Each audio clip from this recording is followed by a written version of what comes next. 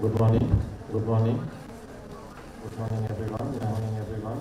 Welcome back. Faculties and delegates. We are starting our second day program. The lineup is like we'll have a first lecture, a power play panel, a short tea break, another panel discussion, and then closing ceremony. The first today we are starting lecture by Dr. Chaitanya. He is the embryology head, Voices Fertility Center, and he is based in Hyderabad. And I recollect 15 years ago, after finishing his master's in embryology from Monash, he stopped by visited me, and it has been a long journey, like in short span of time, he has become a famous personality, and here is CV. I welcome you to the audience now. Thank you.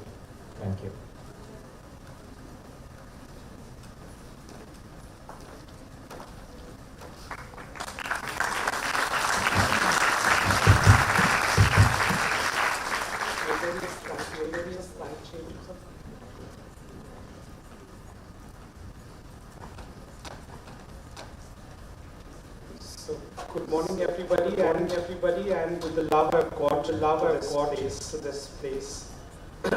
ಈ ಅವಕಾಶವನ್ನು ಕೊಟ್ಟ ಶ್ರೇಷ್ಠ professor Mysore University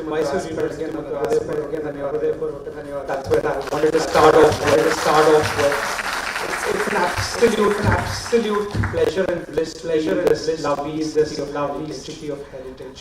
So many memories time to refresh. Thank you, Professor Katera, for this invitation. It really makes me so energetic. Good to see you. Sharing this whole platform. Young, brilliant minds. That's what I really love doing it. But it'll be nice if you all take these seats in the front. Okay, who's loud and who's going to tell me what you really like? What's your favorite in the embryology lab? Anybody who's loud and wants to say? I'm sure you've been looking at procedures, reading about procedures. Anybody? What's your favorite? ICSI, vitrification, embryo biopsy, IVF. All right. All right.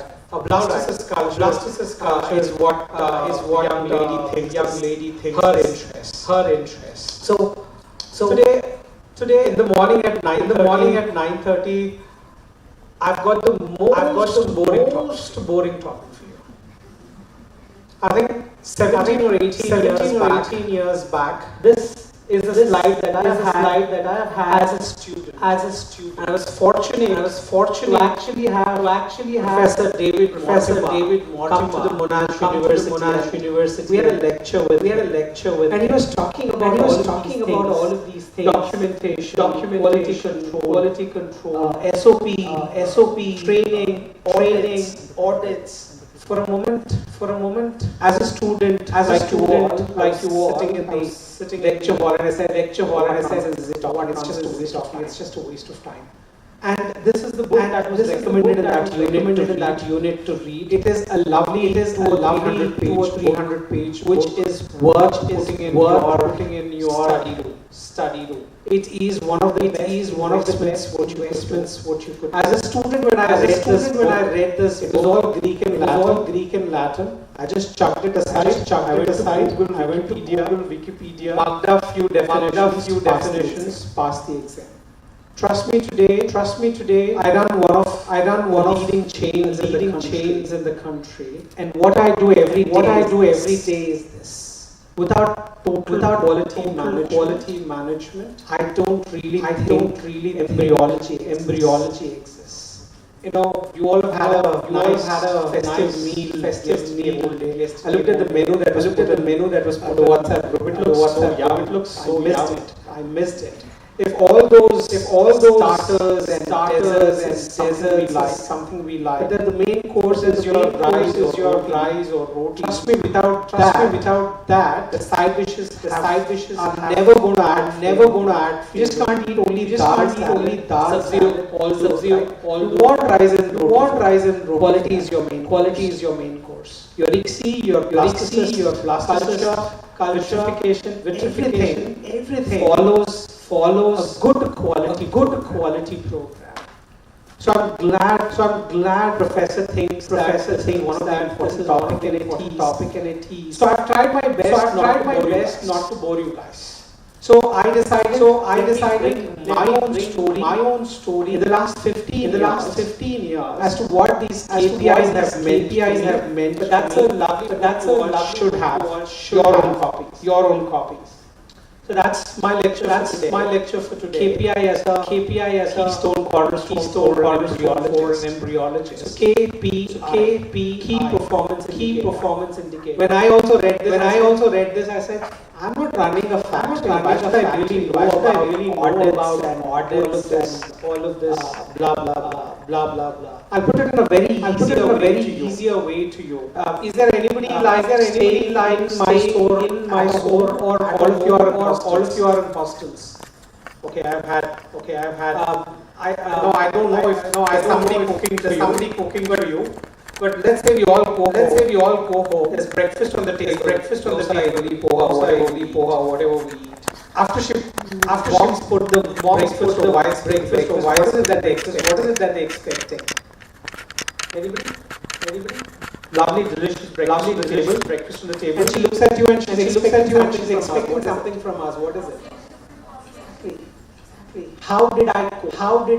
And how long has my mother been cooking? Your mother's been cooking decades. But she still wants a nod saying that feeling that maza aa gaya. That is everybody's intent. You want to know how you perform, and that's what is a key performance indicator. You want to know how your lab's performance is. How do you know your lab have performed well? All this degree that you're getting, competency that you're going to build up over the years. How do you know you've done well? Looking at the KPIs, and we will how to use this to have a personal professional growth, and also get your laboratory to the best. This is going to be your drama finish your graduation. Every morning, you're going to see these numbers out there. Let's say there are 4 patients. The first 2 patients have had fertilization. You've done your IVF for ICSI. But the next two patients, one had a total failed fertilization. One only had a 25% fertilization. If I don't show those numbers, that there was only 4 eggs, and there were 4 eggs, and the group I'm writing 0% fertilization, 25% fertilization. Everybody else in the WhatsApp group is thinking I have job as an embryologist. Hold on, I only had poor quality that didn't fertilize. Not every time you'll have that opportunity. And you are the one who will blamed and made to answer. And a KPI is a beautiful weapon that you have in your laboratory. So your SOPs need to have from where is the KPI coming? Let's say there's another day 5, young lady loving to make blastocyst out there. 2 patients, 60 and 70%. Look at these dishes. The high you're going to get will not match even after your vodka. You feel really on being in heaven. Look at this case. Let's say this is a donor oocyte case. You've got only 2 blastocysts. Accounting to 25%. How am I going to go and face my clinician? Because I'm not going to face the patient. How do I tell my clinician this? Every embryologist every morning. I think the prayers will not stop. Prayers will not realize that you will realize what this means when you do this in a human IVF lab. Well, this particular case that I was talking about, having 25% blastocyst, look at this oocytes, what I've got. Each one has some or the other morphological dysmorphism. And if my clinician is expecting a donor case, I've given 8 eggs, and I at least need to get 6 or 8 blastocysts. And if this is the oocyte quality, there's no way, even if Bob Edwards was doing the case or Palermo was the ICSI person doing it, would probably look at giving 80% blastocysts. So, not my fault. As clinicians, you didn't give me a good cohort of oocytes. No, the clinician will never accept that. I'm not here to bring in a discrepancy between the clinical lab team, because I think unless there's a harmony between the clinical team and the embryologist team, I don't really think this program is going to run. So, but this is how it sounds to me, and that we don't want a blame game here. And that's where the whole Vienna thing comes. So way back, I think I only started 15 years ago. Professor Suresh and Gaurav Gandhi here, who probably started decades ago, when there was no consensus. Whatever we did in the lab was the best. We were the benchmarks for our own cells. But thankfully now, when you come out, there's Vienna consensus, there's Alpha consensus. Alpha is coming up with its new version of embryo grading and all of those things. You have something to refer to. You know, if a clinician says, oh, you didn't give me 100% blastocysts, I happily open up the Vienna consensus and tell my clinicians, madam, the international standards say 40% blastocysts is what is a standard KPI, and you're expecting 100% overall, not possible. So there is something that you can refer. I'm not getting into the details of this consensus, but as a student or as an embryologist, there are certain papers which we cannot afford to forget. The Alpha and Vienna consensus, these are free for download from Google and PubMed. Please have a copy of them. I also keep forgetting, but it's a lovely thing to always refer. You have a problem, go back to this consensus papers. I'm sure you will find a way to troubleshoot it. So absolutely not worth missing these papers. Cairo consensus, my yet another beautiful paper that I want to read about your whole microculture conditions. Your temperature, pH, humidity, your VOCs in the lab, everything is so brilliantly put across. You don't really have to call up a senior.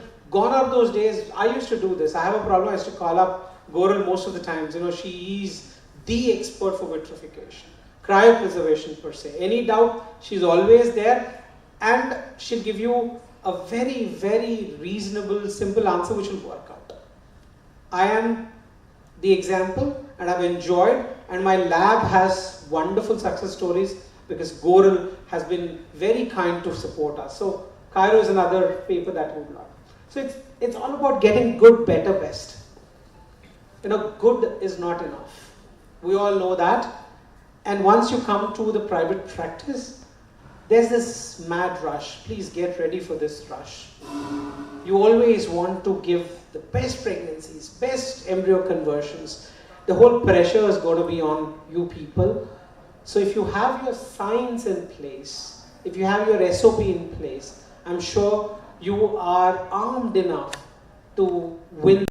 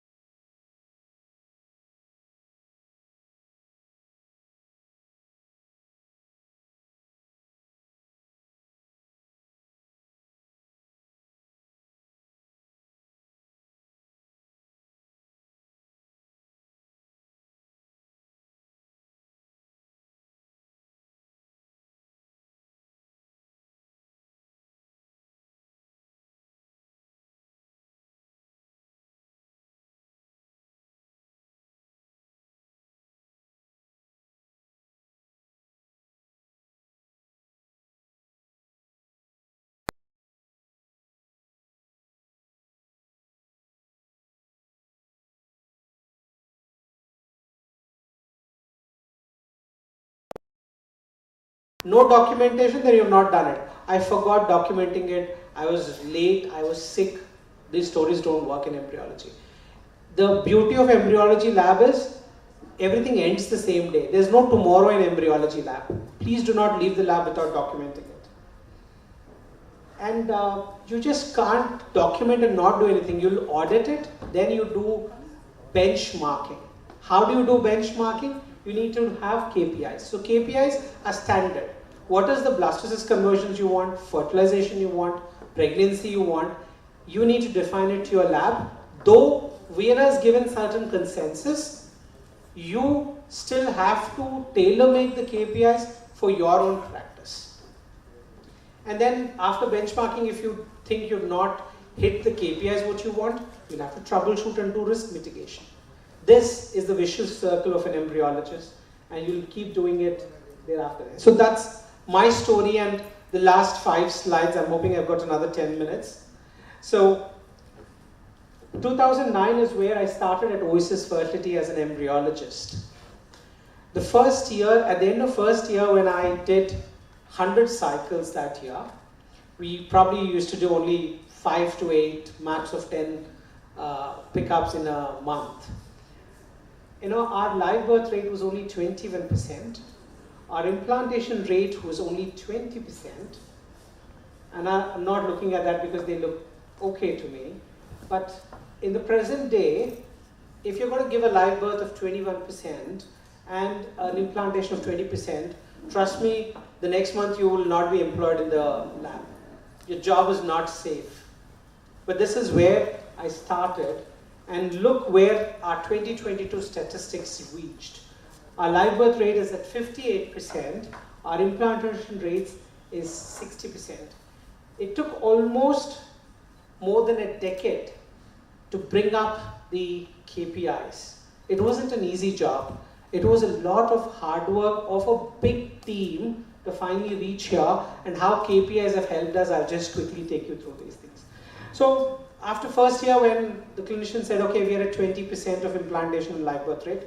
Now that's not something that we want, because HFEA, the UK National Registry, which is the Human Fertilization Embryology Authority, it's got a free access to the website. You can go there, all their results are published on the website. So my clinician had come back from UK, so she would always want me to go back and refer to the HFEA website. And she says, we at least have to reach there.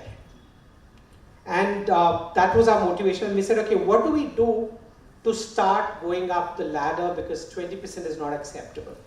We were doing only day 3 transfers at that point, fresh transfers. So we said, no, let's move on to a blastocyst culture. What is required for a blastocyst culture? Because we only had the box type of incubators. I had this from the Harrisel Thermoscientific Company. 20% oxygen, 6% carbon dioxide. That was our culture condition. We said, no, the whole field is moving towards a hypoxic culture. A benchtop incubator will give you a quick recovery. The culture conditions are going to be better. So if you're really wanting to move towards the blastocyst culture of your cycles, what you really need to do is optimize your culture conditions. And that would finally bring us to putting 1 or 2 blastocysts. Because way back in 2009, trust me, there are cases where I've put back 4 day 3 embryos. As per the new ART law, you can only put 3 right now, but even 3 is way too much. With the current science and options you have for embryo culturing and also selection of an embryo, I think we all, the young minds here, hear this loud. If you have the right selection criteria, right culture condition, 1 blastocyst is enough. Putting back 2, 3, 4 embryos is not going to enhance your reproductive outcomes. It is a greed, it is a mindset, a cultural mindset that, I've spent so many lakhs of rupees, let me get more into my uterus so that, I have to get over this once for all. It is not the right scientific thing. So these were a few things, and then we were doing fresh transfers, so we wanted to optimize our cryo program. 2009, I think we were still doing slow freezing, vitrification had just started. 2006 and 7 is where it started to hit. There was no commercially available media until Kitazato and Goral came to India in 2011, if I'm not wrong. Kolkata was the workshop where we all had a lovely brainstorming session with Goral. She was the one instrumental to bring a commercial media into the market. So optimizing the cryo program, we wanted, if I'm telling my patient I'll do a freeze-all, and if I cannot give my clinician the confidence that this survival is, at that point at least 90%. Now though it has to be 95 to 98 or 100%. So if you don't optimize your cryo program, then my whole fund of doing a blastocyst culture wouldn't work out. So it took us 1 or 2 years to move from a box to a benchtop incubator, to optimize our cryo program, our QC programs, and probably if at the end of 5 years, we were able to come somewhere closer. Yeah, this was the next thing that we all did. What would want to get a blastocyst was, we would want a benchtop incubator, move to a hypoxic culture condition. Can we do an uninterrupted culture condition? Again in 2010, I don't think a single step media was really popular in India. We all used only a sequential culture media at that point, where changeovers was mandatory on day 3.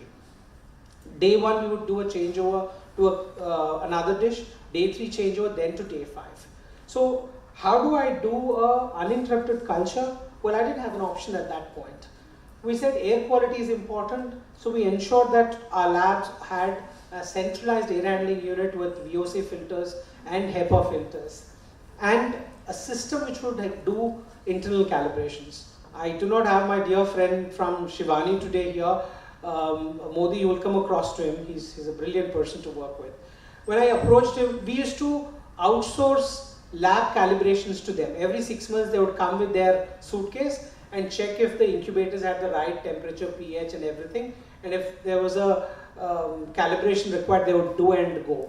But you know what, I have to wait for 6 months, which means in between there would be washout cycles, which then meant I should invest in a pH meter of my own and all the other gadgets. Thanks to the management who actually sensed the need, and they said, okay, we'll invest that money for you, because what I use for a pH testing is a ICU's bedside blood gas analyzer from the Siemens company. It's got a pre-calibrated card. It's very easy to use, but it's shit expensive. It costs you 4.5 lakhs for that machine. And when I was doing hardly 150, 200 cycles, that amount of investment, I don't think the people out there who are looking at business would be very convinced that they did that. So you need to have your system of calibrating it, because you never know when your incubator, your media, your gas cylinder is not going to do well. So to look at our KPIs where we wanted, I don't think the people out there who are looking at business would be very convinced, but they did that. So you need to have your system. Thankfully, all of this is calibrated, because you never know when your incubator, your media, your gas cylinder is not going to do well. You just need to have the intent to look at our KPIs where we wanted our blastocysts to go up. This has for me years of story. No offense with my language, it just embryology is donkeys. Thankfully, all of this is now available as published literature. That's when in the textbooks for you to read. You just need to have the intent to push yourself. So at the end of 5 years, implement it the right way. We wanted implantations. No offense with my language, but embryology is donkey's job. You need to do the same mistake job again and again and again. And that's when you're going to actually get conversions have gone to 46% with all. So at the end of 5 years, this is how we were. That we brought. We wanted implantations 5 years from 20 to go up. By 2014, 2015, this at 33% where. Blastocyst conversions had gone to 46%, and my XC had got better, and my FERT that we brought up in the lab for 579%. By 2014, 2015, this is what look at the last cryo survival. It had come to 94. XCs, we always a learning curve, and my XC had got better. And my FERT had managed to bring our clinical 79% time to 51%. Look at the blast cryo survival. It had come to 90 is not enough. Within 3 months, with the FETs we were doing, we managed to bring our clinical pregnancy rate to almost 50. Doing single blastocyst transfer is not enough. It's claiming within 3 months, 60%, we're at 33%. We don't like it. 5 years, I don't know how much effort doing single blastocyst transfer. And this is not the expression I expect. I thought they were coming back with that. We don't like it. They were not. 5 years, well, you don't know how much of effort is gone in there. Good thing about not the expression I expect. I thought they would come and pat my back. they were not precedence from us. Well, they're going to say, oh, you're good, you're good, you're going to think about your clinicians. Do not. And the day you think you know everything, you will not excellence from us. Please take they're going to say, oh, you're good, you're good, you're going to stop growing. Even when you go to the and the day you think you know everything, you will not manager. Please tell yourself learning that I'm here to learn. Even when you go to the laboratory, it doesn't matter how I'm a lab manager. There is a learning that exists for each one of us. Doesn't matter how old we are. I think this is where you guys are right now. And this is a very nice, so much of thing I know. I think this is where you guys are right now. Egg, sperm, you get so much of fun. Like, yeah, I got blastocyst. You're creating life. It's so much fun. You get a blastocyst, you're like, yeah, I got blastocyst. This is where you'll be employed and after 6 months of employment, you'll say, this is where you'll be employed and after 6 months of employment, you'll say, because your manager is sitting there. It is not that easy. Because your manager is sitting there. The grumpy managers, I am probably one of them. What does this person want? I don't like Why can't he smile? What does this person want? Why can't he smile? I don't go out for I don't go out for movies. I've stopped doing my nightlife lab. I'm always at the lab at 6 o'clock, but still this manager is not. It is not going to be that easy.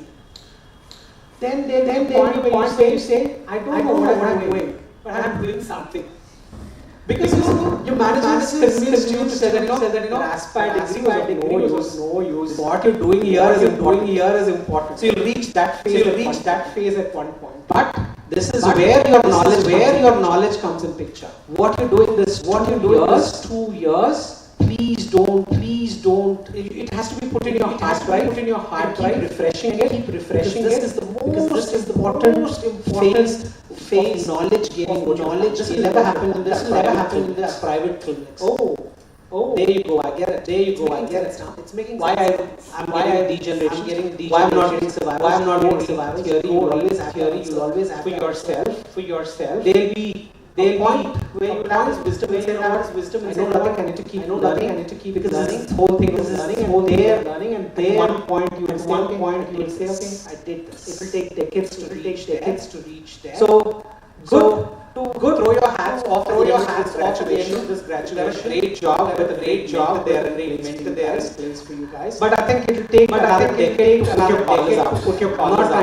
I'm not trying to demotivate you, but go a little slow. For all the young minds over here, do not be in a rush. Pick up a corporate job, wanting a 6-digit salary. My first choice of job criteria is to have a mentor who's going to hold my correct me take me the right path.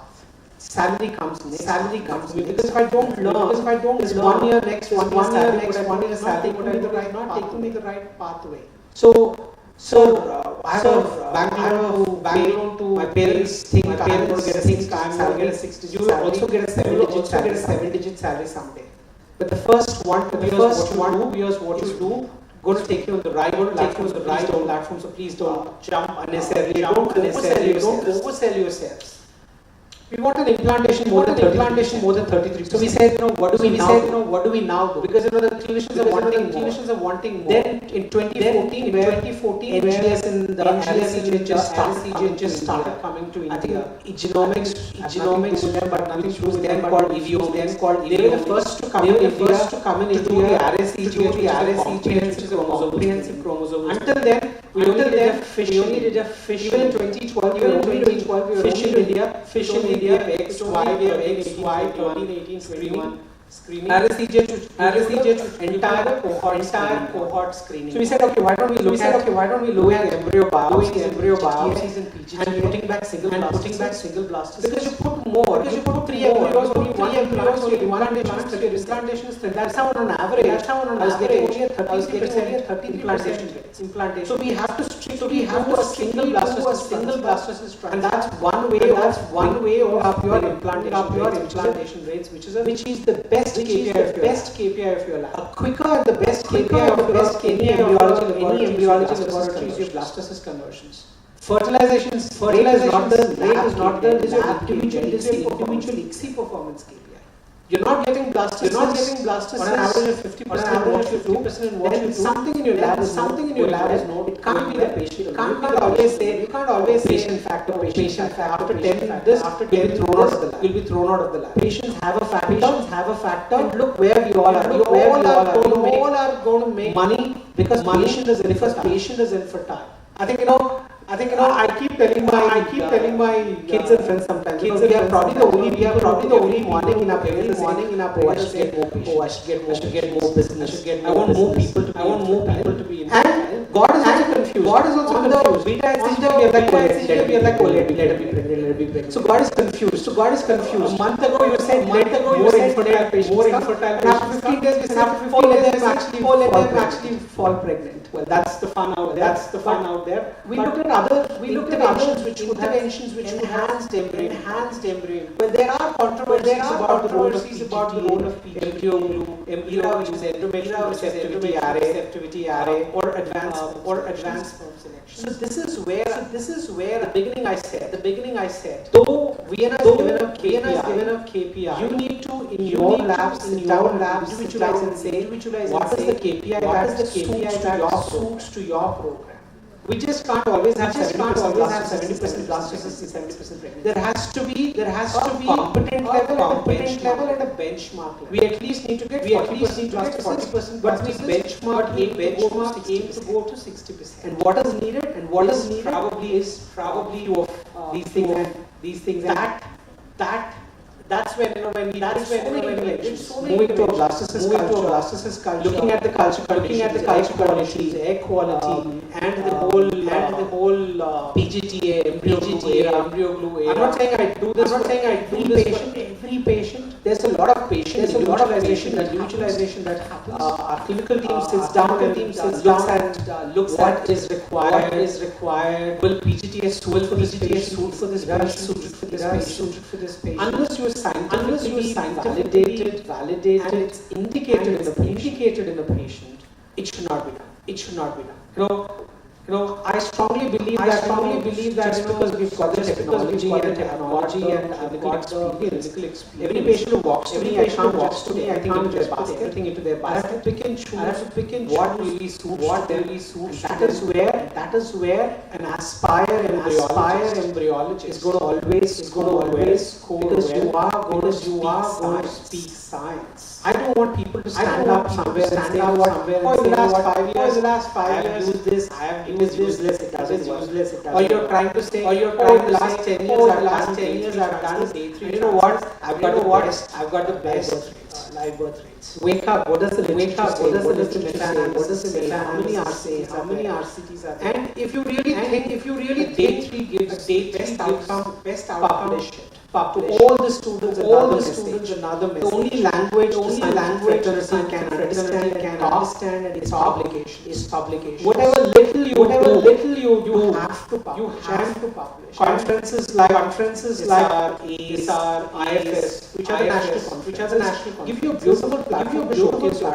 That's where you start. And aim to go to Aspier or SR, the international platforms, but publish. You've not published it, you've got the best set of data. I don't really think you can convince me now.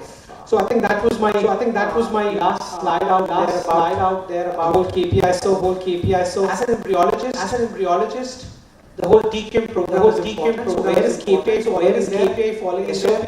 SOP, document, audit. Once you audit, you have to benchmark. How do you benchmark? You have a KPI. What is the KPI? It is your mother's expectation. You saying yes to the breakfast. This is delicious. All that hard work what she from morning to get that delicious breakfast on table. It's all forgotten because the kid loved the breakfast what she cooked. That is the KPI, and that is what you guys will. You are the chefs. That's why for me, blastocysts is a recipe. You all are the chefs. Have been now taught what the ingredients. You now need to learn the art, cooking it the right way, the flavors you are. KPIs is one of the best things. Thank you so much. Any questions from anyone? I'll be very happy to take.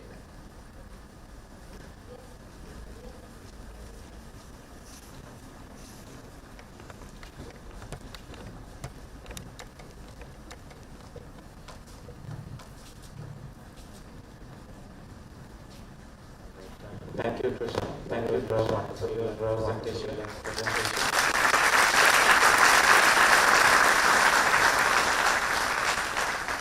we had a hill station of the hill station of so that which so I just want to do that we'll do it now the camera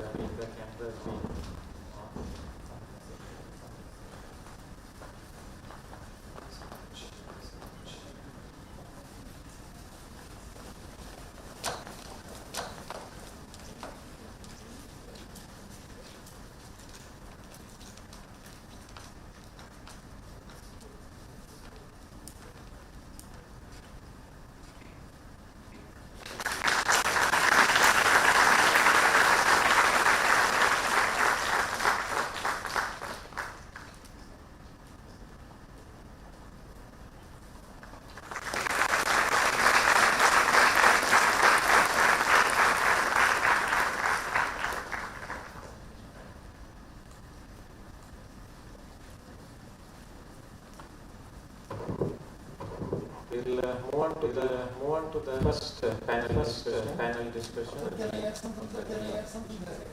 Okay, sure. Very good. How to reach synchronization of 6 minutes.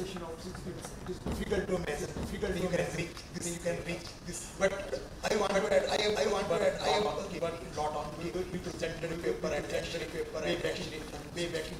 And question again whether your lab is at fault or something.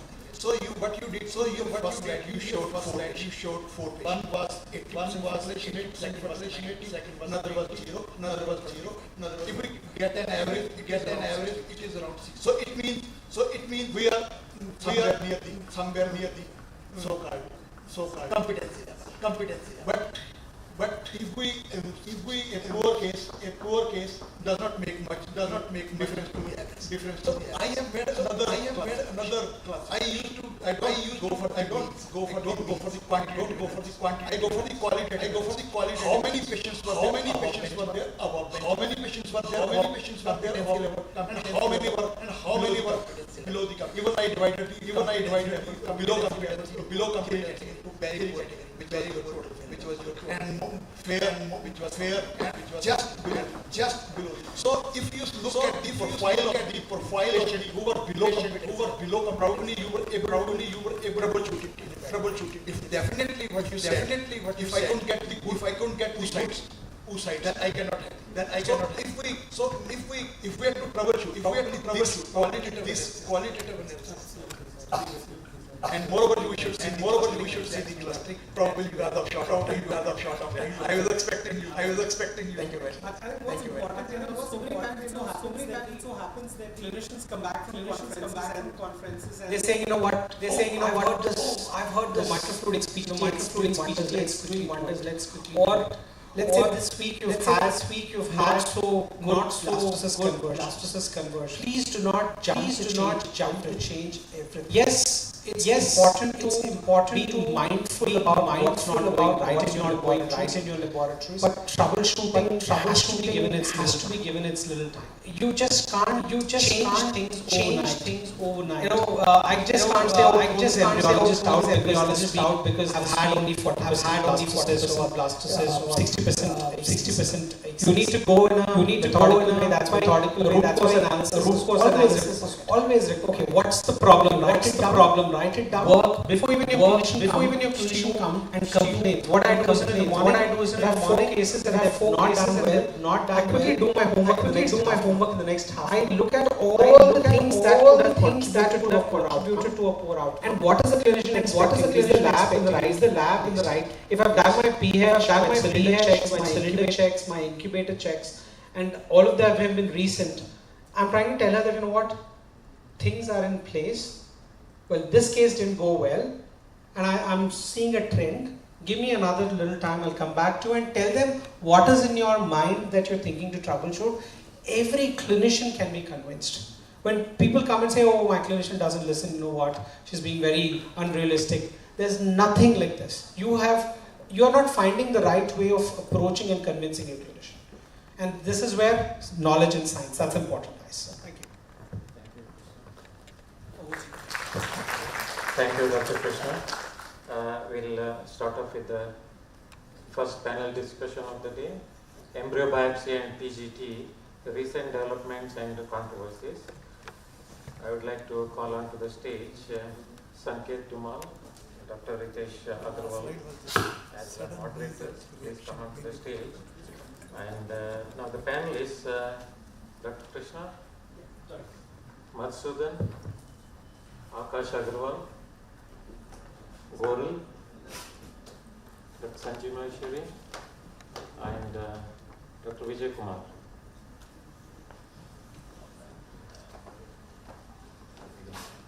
Over to you both.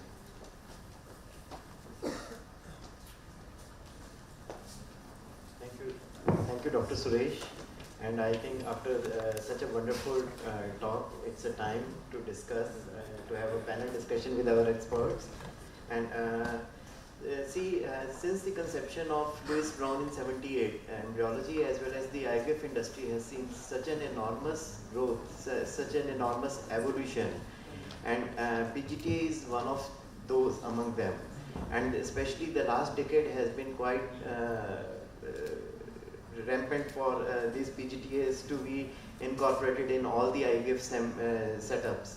So today we will be discussing a bit, with every technology, whenever it comes, there are certain pros and cons. So every technology has some of its pitfalls. So today we'll discuss a bit about PGTA and how embryo biopsy and everything about embryo biopsy and PGT. So. Yeah, with that introduction, and it all started in the year 1989 with Harrison et al. And Dr. Krishna has already mentioned that in India till 2012 it was only fish with XY, without XY, rest all the number of chromosomes as well as especially aneuploidies were checked. But now, to begin with, can you go to the next slide? Yeah, the first question. Yes, sir. So what are the latest advancements in embryo biopsy techniques and how have they improved the accuracy as well as safety of PGT? Yes. There are two questions in this. Anyone can take this. So latest advancements in embryo biopsy techniques. So maybe anybody can. I think way back from polar body biopsy, from there they started, and from first polar body and second polar body, then after the day 3 biopsy, then finally they set up like trophectoderm biopsy.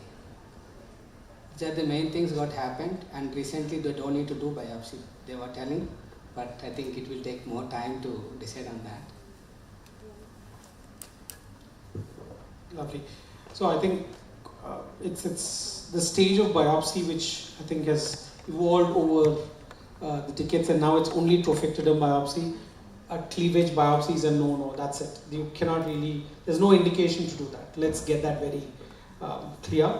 I think the genetic lab, the screening methods, they have undergone a lot of developments.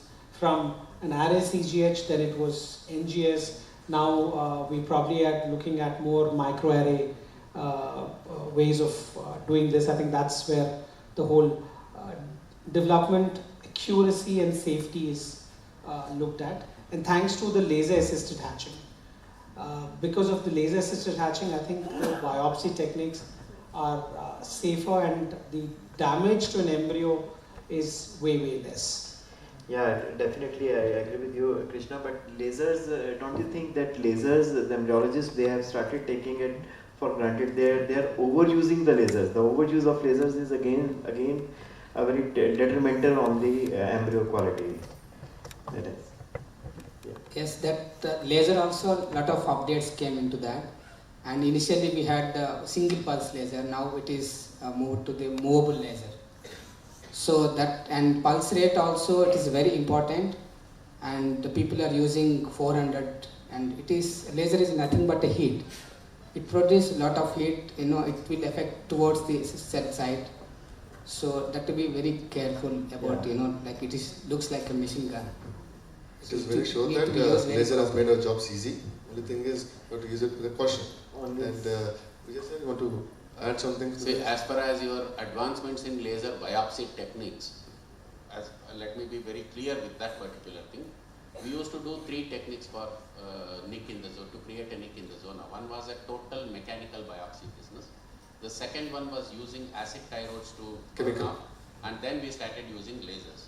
So the latest and the current update is both those two, mechanical biopsy method as well as the use of acid thyroids is obsolete.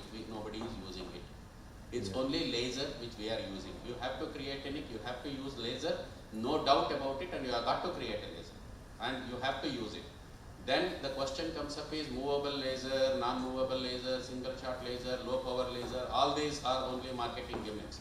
You have to consider the power of ablation, the power factor.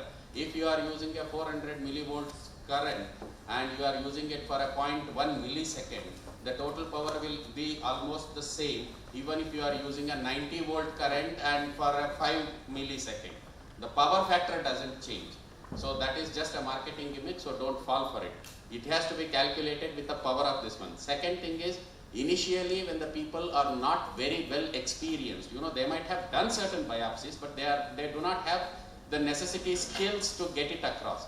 So there what the people try and do is basically create a larger, at least around about 20 to 30 micron gap. After you gain a little bit of skill and the experience, you will understand that you create a small nick of roughly around about 5 to 10 microns and wait for the blastocyst to herniate out of it and catch it at that particular moment. This definitely increases your repeat observations, but biopsy will be much more simpler and much more methodical in that particular process. And while pulling out, initially we all used to do pull and make one single laser shot. Now after this movable lasers came up, people unnecessarily use multiple lasers. This one that will create charring. Very and true. Charring you will get even when you tube, you have taken around about 10-15 cells.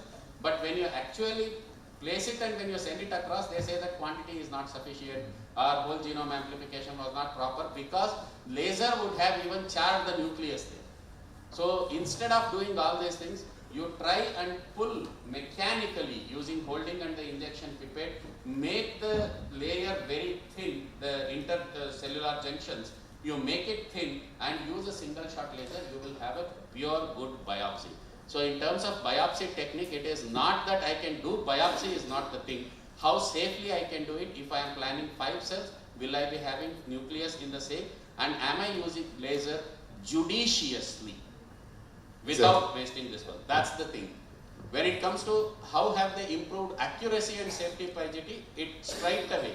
The moment you have done a methodical biopsy, the safety of the embryo as well as the safety of the genome, both are intact, and that will give you a predictable or more acceptable results. Your genome amplification or DNA amplification will not be bothered, and you will be able to have certain information according to this.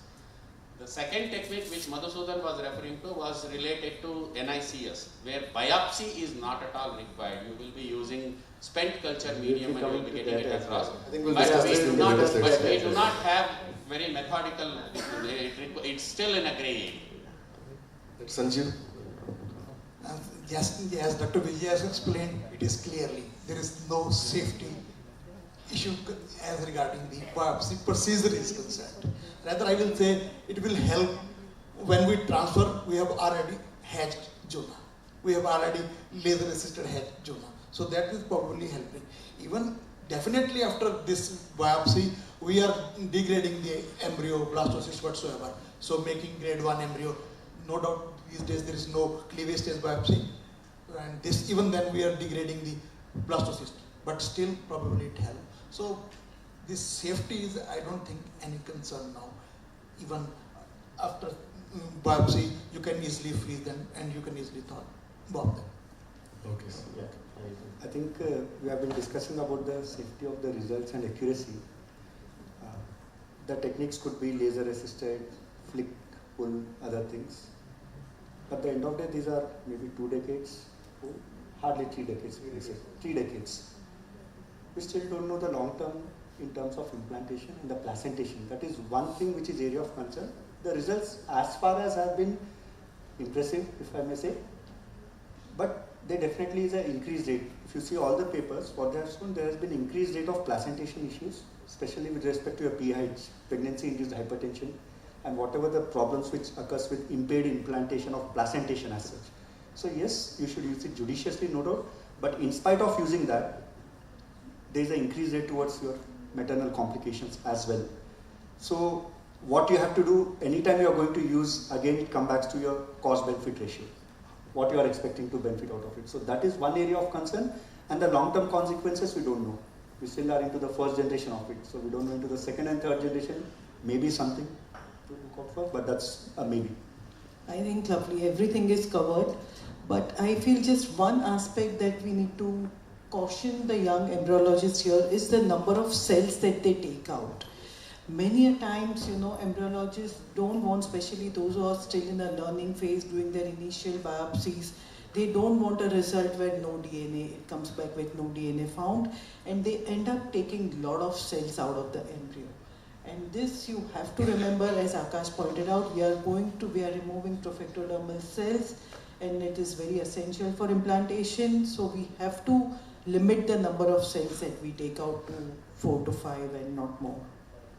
As for the safety concern, I want to add one more thing. The selection of the biopsy needle actually. And different companies making different size of, especially for trophectoderm. You have to be very careful while doing biopsy to select the proper biopsy needle. It is more sensitive because in the medical terminology, the operation is grand success and patient died. That kind of situation will happen, maybe immediately we don't know, but it end up the thawing and while doing a transfer that time you may see that like if you are using proper, if that will only tell that like your biopsy technique actually. Yeah. What Goral was saying about pulling out the number of cells, it's a very important thing at the start when you start to do the PGTs. Later on, it might not be a big concern because as you get experience. So which lab you send to is also very, very important. And what I had done initially is, as part of an individual way, that once you tube it, whether you are able to visualize it or not. So thereby you are at least sure that the cells what you have taken out, they are present in the PCR tube over there.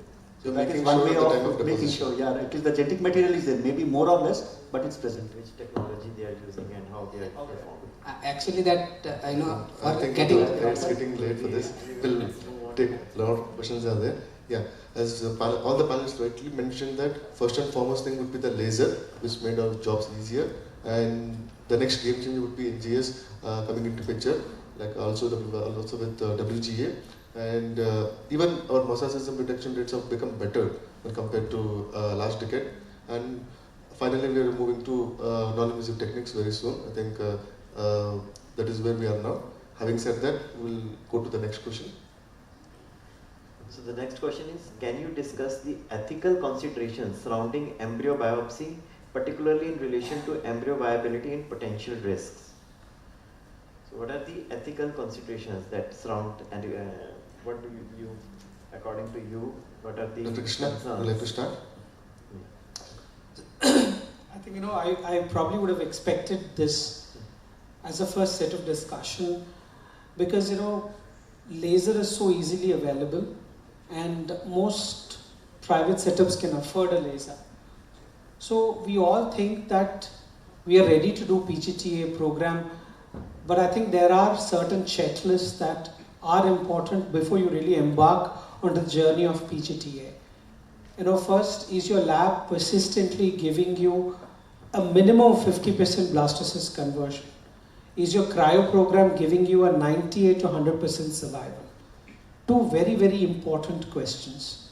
And do you have a way of calibrating and your whole QC is good? Do you have a system of auditing your data and looking back at your results? If you do not have all of this in place, just doing biopsy and getting a report from the genetics lab is not going to make any difference because your cryo program is poor. Then at the end, you're not going to have a survivability and the pregnancy is not happening. The treatment is offered, money is got, but the patient is not benefited. So I think this is one of the biggest thing that we cannot betray the trust of a patient. And embryologist is the only person who can actually sit and tell the clinician why we think that the program is still not good enough to implement PGTA. and what is it that you want to bring in to ensure that the whole program becomes ready for PGTA. That's, I think, the first way you should probably looking at it. And it is multidisciplinary. We do the biopsies as embryologists, but there's a big role for a counselor to play here. Clinicians are not counselors. We all think, oh, clinicians have told the risks. No, there should be a proper counselor who sits and ensures that the patient has understood why a PGTA has been done and what PGTA can promise. So many times it is oversold, saying that, oh, you didn't fall pregnant last cycle, I'll do PGTA, you'll be pregnant this cycle. Patient is not pregnant, he is going to come back with a complaint because he said, oh, I put 5 lakhs into the cycle and now I'm not pregnant. So you need to tell that it might enhance but never guarantee a pregnancy. I think the way we counsel and put across and take their consent, that's why it's called informed consent. Otherwise, everybody would have been blindly signing every document. It has to be an informed consent where the patient has understood. I think these two things are often overlooked in at least a busy private practice. I don't know what happens at an institutional practice, but busy corporate, sometimes we are in the rush.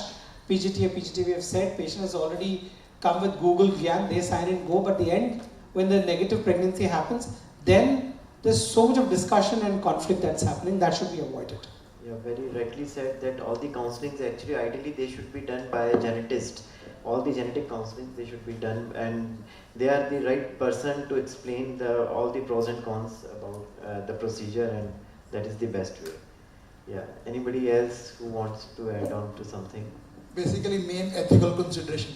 I think they should be clearly told this is to select the euploid embryo. This is not for sex selection. It is the biggest confusion I think there. They think probably we are going to select a male baby. I am speaking very clearly.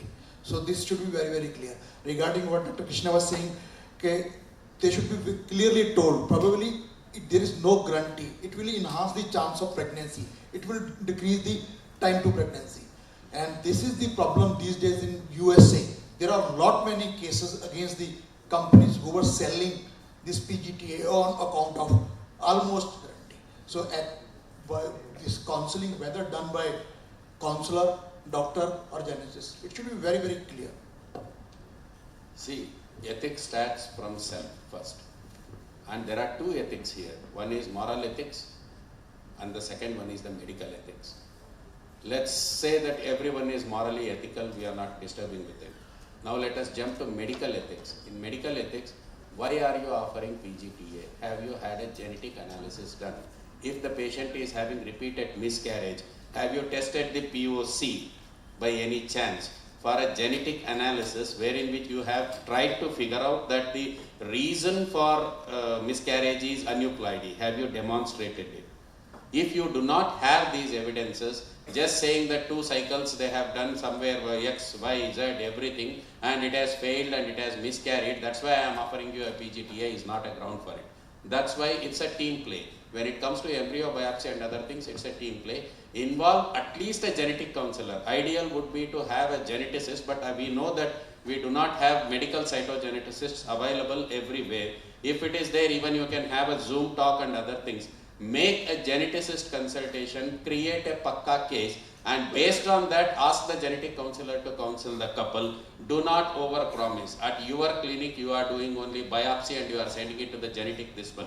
So you create a pakka case. There should not be any misunderstandings between the offerer and the getting offered. That's one thing. Geneticist involvement is compulsion. Second thing, as Krishna very rightly pointed it out, just because you can put your hands onto even a laser which are available nowadays even for a rental basis, for a day rent and something like that, and you have an expert person who can do biopsies easily and who can tube it also, that will not be a ground for you to start a pre-GT program. You should have a sound blastocyst culture system in place and well audited. At the same time, you should also have a very profound, very successful cryopreservation program. Usually people, what do they do is 2 to 3 embryos, they place it on this one and they do the vitrification of it. Even if 2 survives, that's fine with them. But when it comes to PGT, you have to understand that it is already a embryo which has undergone certain trauma. The other embryos, what you do in your cryopreservation system, they have undergone only the thermal shocks during the freezing and thawing, whereas this has also faced reduction in the cell mass, certain amount of repair mechanism would be there. So you have already taking a traumatized embryo and you are trying to put that too individually on this one, because later on when you get the result, you are supposed to thaw it out. Many a times when I go for troubleshooting, I notice this same, that the PGT, whichever thing has come out as euploid, that embryo doesn't survive only upon thawing. So that should not be there. So you should have first a sound system for growing blastocysts and a very sound cryopreservation program, well audited, and you should be having confidence on this. And then you should get a geneticist or a genetic counselor on board, create a pakka case for it, and then go for it. I think what has been highlighted on the screen is about eugenics. We are moving into eugenics over there, and if it's for some food for thought, not in relation to embryo survival as such, but maybe in future we'll have embryo rights also. Yes. Right for embryo. That we are not speaking about right now. What embryo rights? Actually, Germany has embryo protection law. There they don't even call it as child protection law, embryo protection law. And because of the restrictions of the embryo protection law, it is literally impossible for you to do a biopsy. You can only do polar body biopsy there. You can't go beyond polar body biopsy. Yeah, even Italy also, you have to freeze on zygote level. And you have to freeze at 2 p.m. stage. Yes. Because they consider fertilization as when the syngamy happens. And patients have also, we have to inform them about mosaicism, and there will be many times results that are going to be inconclusive. So what do we do in those cases, especially if there is no clear-cut euploid embryo available? What do we do in such a case? So very strong genetic counseling, as everybody has pointed out, extremely important. We will come up with many unknown results. Who knows, probably some variant of unknown genetic variant may come up. What do the patients do? If the embryo has just some mild variation, how do we discard those embryos? So many ethical considerations. And of course, if we go on to designer babies, it is a completely slippery slope. We don't know what's going to happen. But thankfully, we have regulations in place, and it's only, most countries allow only for genetic conditions. So I feel that we are not going to go that way very soon. I think thanks Dr. Goral for bringing that gene editing part in future. So a quick poll for the audience here. This is a question, and I would like to, there are 3 options for this, and let's see how it goes. The question is something like this: can we use gene editing for first option is for enhancement purposes, second is for corrective purposes, third is for both corrective as well as enhancement. So option A, for corrective purposes only, gene editing. You have to raise your hands. Okay. For enhancement purposes, nobody wants to do gene editing. He wants to do gene editing, I guess. I think we have to explain each option, what. Okay. So basically it is like this. Gene editing is a tool where we're going to edit a gene at even at embryo level. So the option 1 deals with for enhancement purposes. Means you can enhance some trait. It could be a muscle, it could be a hair, anything you can enhance. And second would be for corrective purposes. For example, a particular disease is running in a family, you can correct that. For example, say beta thalassemia or HLA, whatever it is, it can be corrected. So this is second option. Third option would be both corrective as well as enhancement. So again, I'll come with the options again. How many of you would like to go with enhancement purposes? None?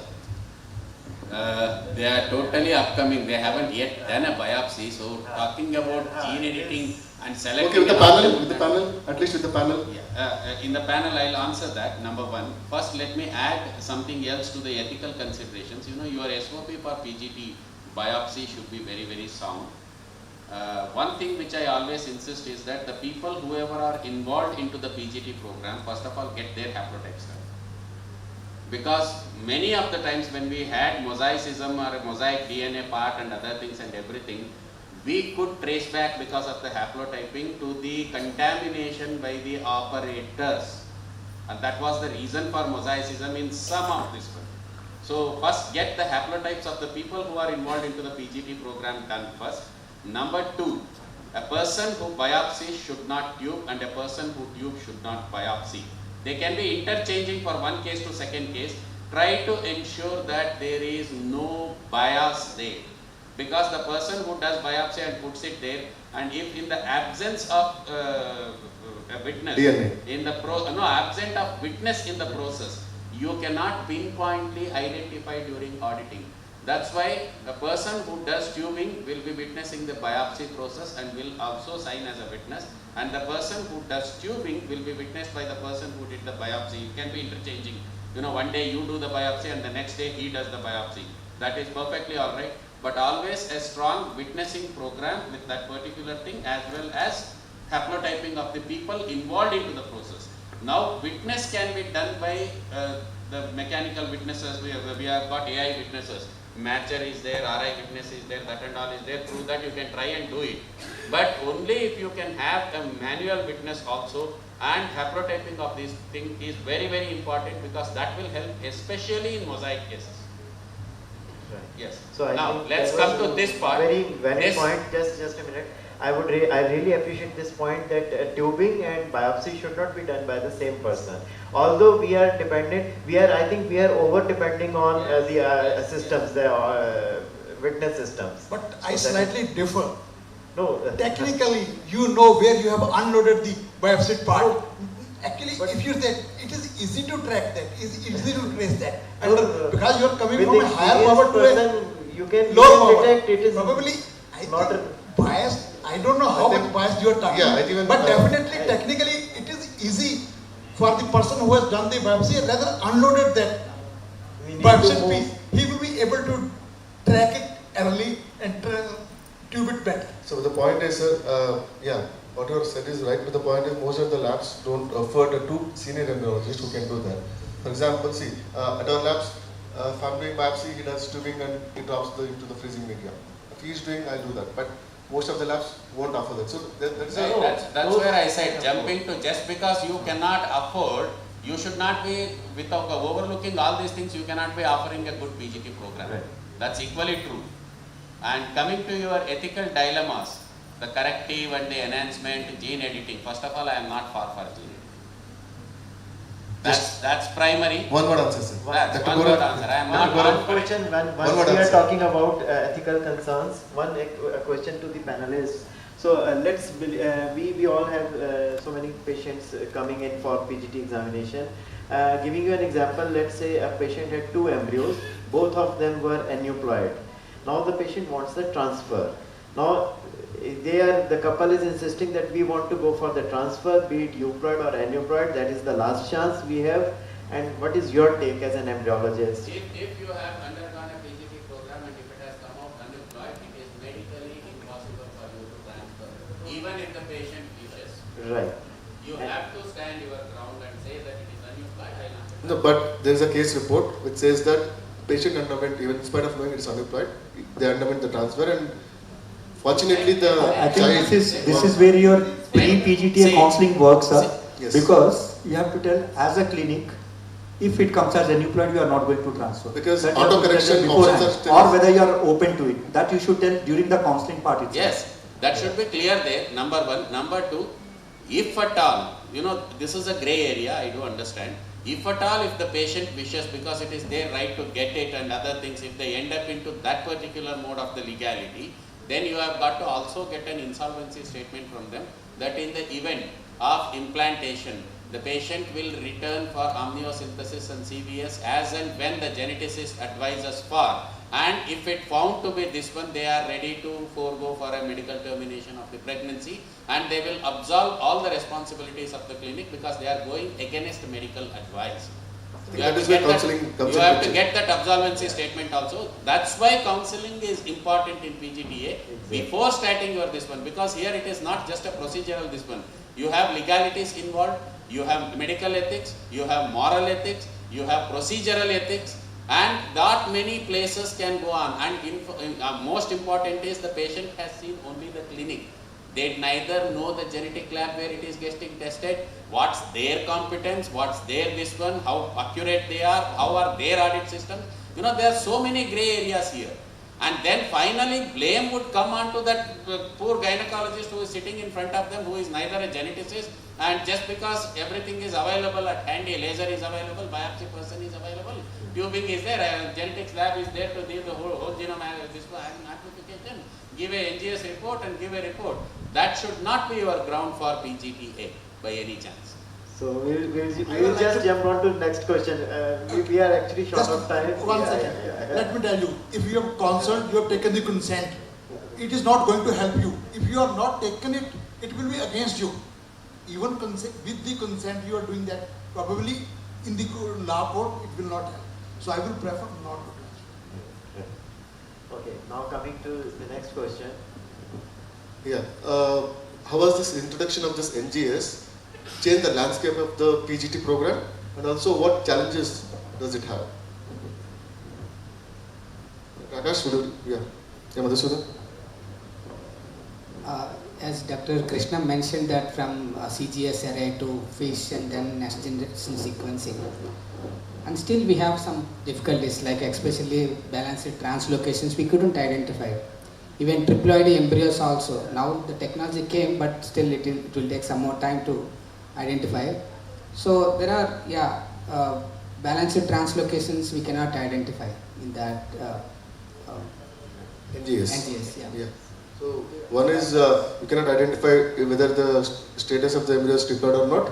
Second would be balanced translocations. And what else? The biggest advantage what it has done is it gives you for all the 23 pairs of chromosomes NGS. And basically RSCGA did that. Before that it was FISH for selected number of chromosomes, and the papers which are coming out at that stage, they were actually telling that PGTA reduced your rates initially because there was chances of the diagnosis being wrong, false negatives and false positives, and you don't test for all the chromosomes. So thereby NGS has definitely improved the accuracy of the genetic result that you are getting, as well as the implantation rates obviously have improved post that. So now if you see over the last decade, whatever papers say, they definitely say that the pregnancy rate per transfer is definitely higher when it's a PGTA cycle. So thereby NGS has definitely improved. Yes, no technology comes without drawbacks. So balanced translocations, it cannot detect, but then there are different takes to it. You can say, first of all, the parent had a balanced translocation, right? So if they have conceived spontaneously and the child was normal. This is where I step in and I usually say, which genetic method or which biopsy or which method needs to be tested if the patient has got a standard POC analysis and other things. Genetic history is there. It's much easier. Say for example, you are talking about balanced translocation. Which is the best method to catch balanced translocation in the market? Simplest, cost-effective, best method for balanced translocation. See, I will exclude Sanket from this talk. Let him not, because he is basically geneticist. I am basically from molecular biology background. So how many of you are here who have studied genetics extensively? FISH would be FISH is the only thing. There you do a day 3 biopsy. Just do a day 3 biopsy, that specific balanced translocation probe you add up, you will get the results within 6 to 8 hours.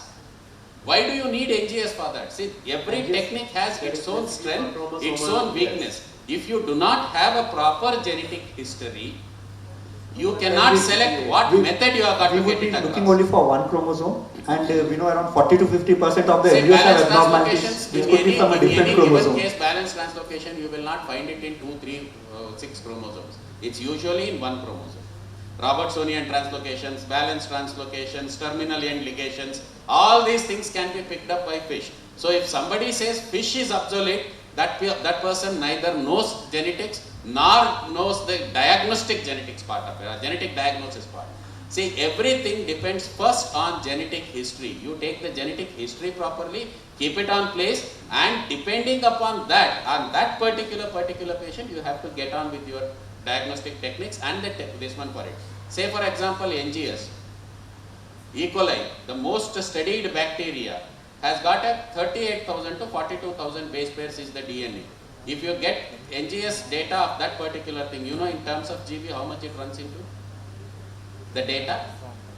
It runs into few GBs. It is not the question of having your NGS sequence. How do you analyze the NGS sequence? People should be well off to do that. It develops 270 GB data for 23 chromosomes. How do you analyze 273 ATGC, ATGC? If he has done the exercise, write it down and try to match it, try to take out primer designing and other things. In research labs, in genetic research labs, when we people used to design just a primer and have a knockouts made, it used to take 3 months of work. And you are saying NGS just because it is coming from a machine, it just gives you a pop-up. No, NGS data also needs to be studied. What does the NGS is doing now? It is just a little bit of extension.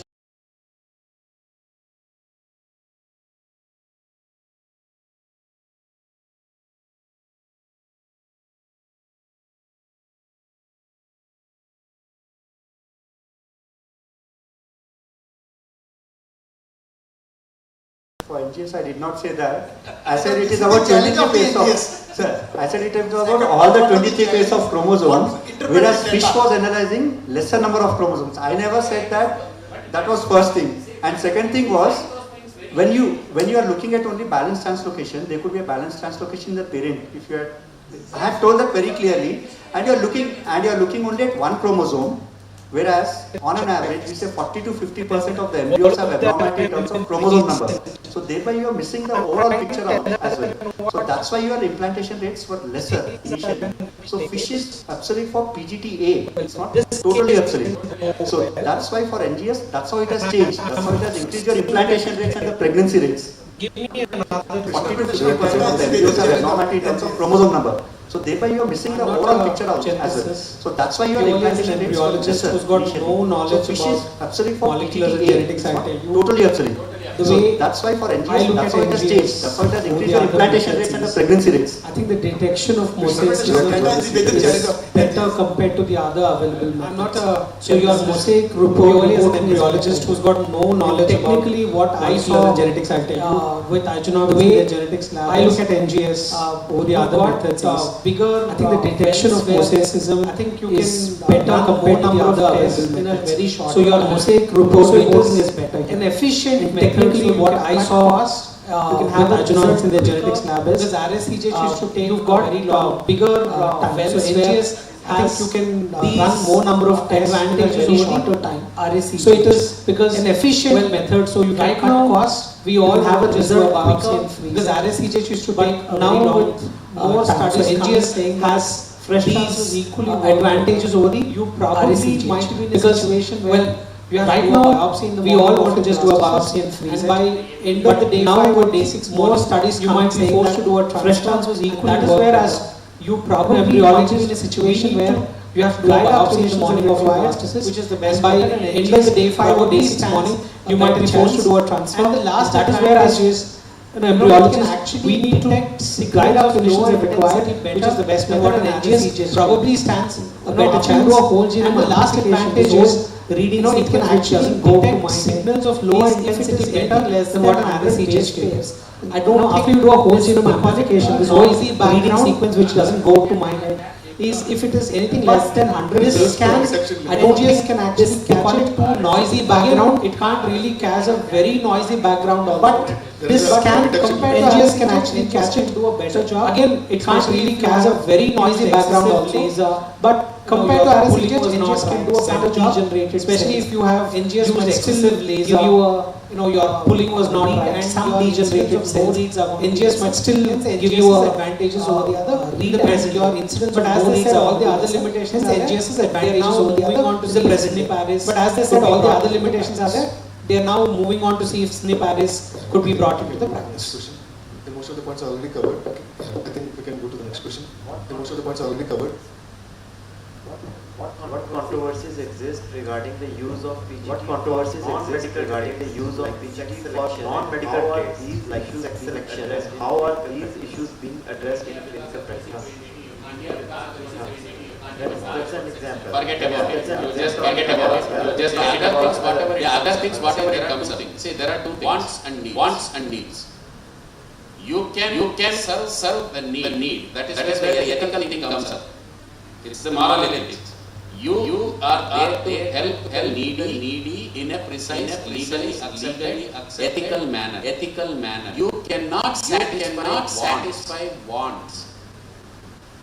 Today you can say that this particular person might come. I want Aspier gene, and I want my daughter to be next. That is her want. That is you are not there to support the want. You are there only to support the need. So clearly different.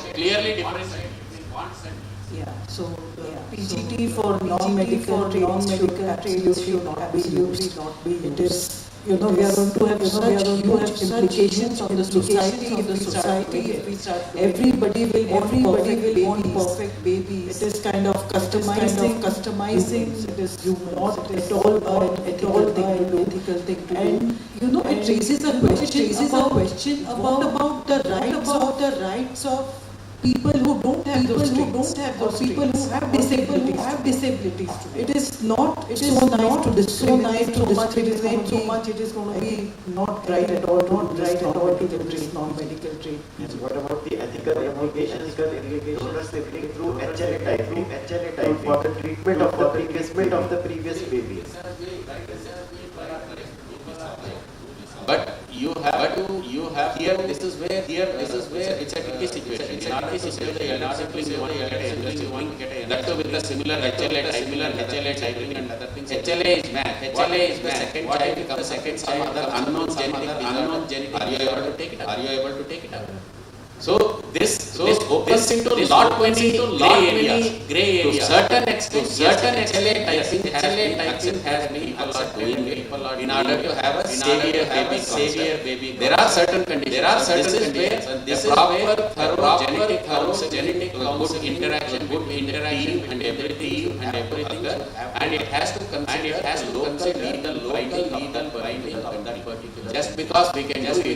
That's where I said want and need. You have to try and strike a balance between wants and needs. So I'll give you easy example.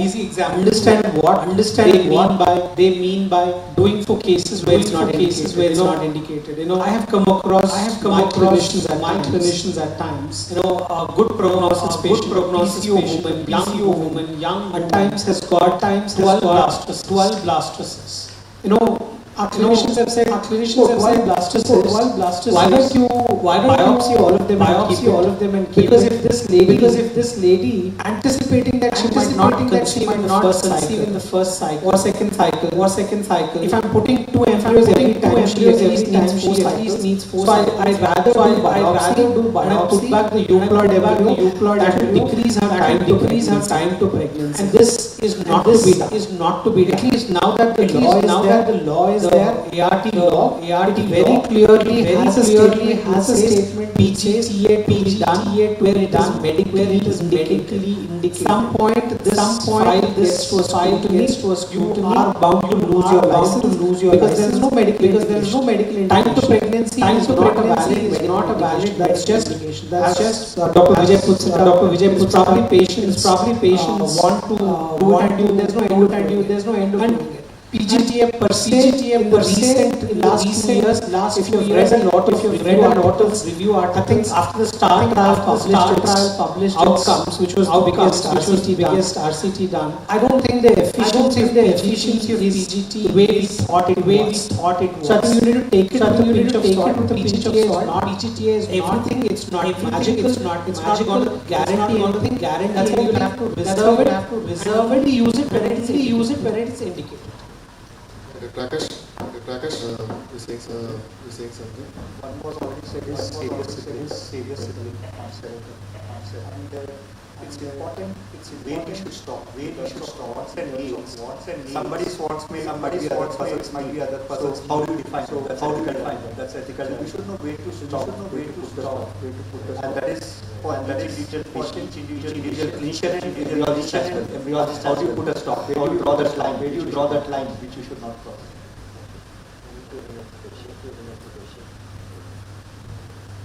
How can we balance the benefits of identifying genetic conditions, potential psychological impact on families? So how can we balance the benefits of You are talking about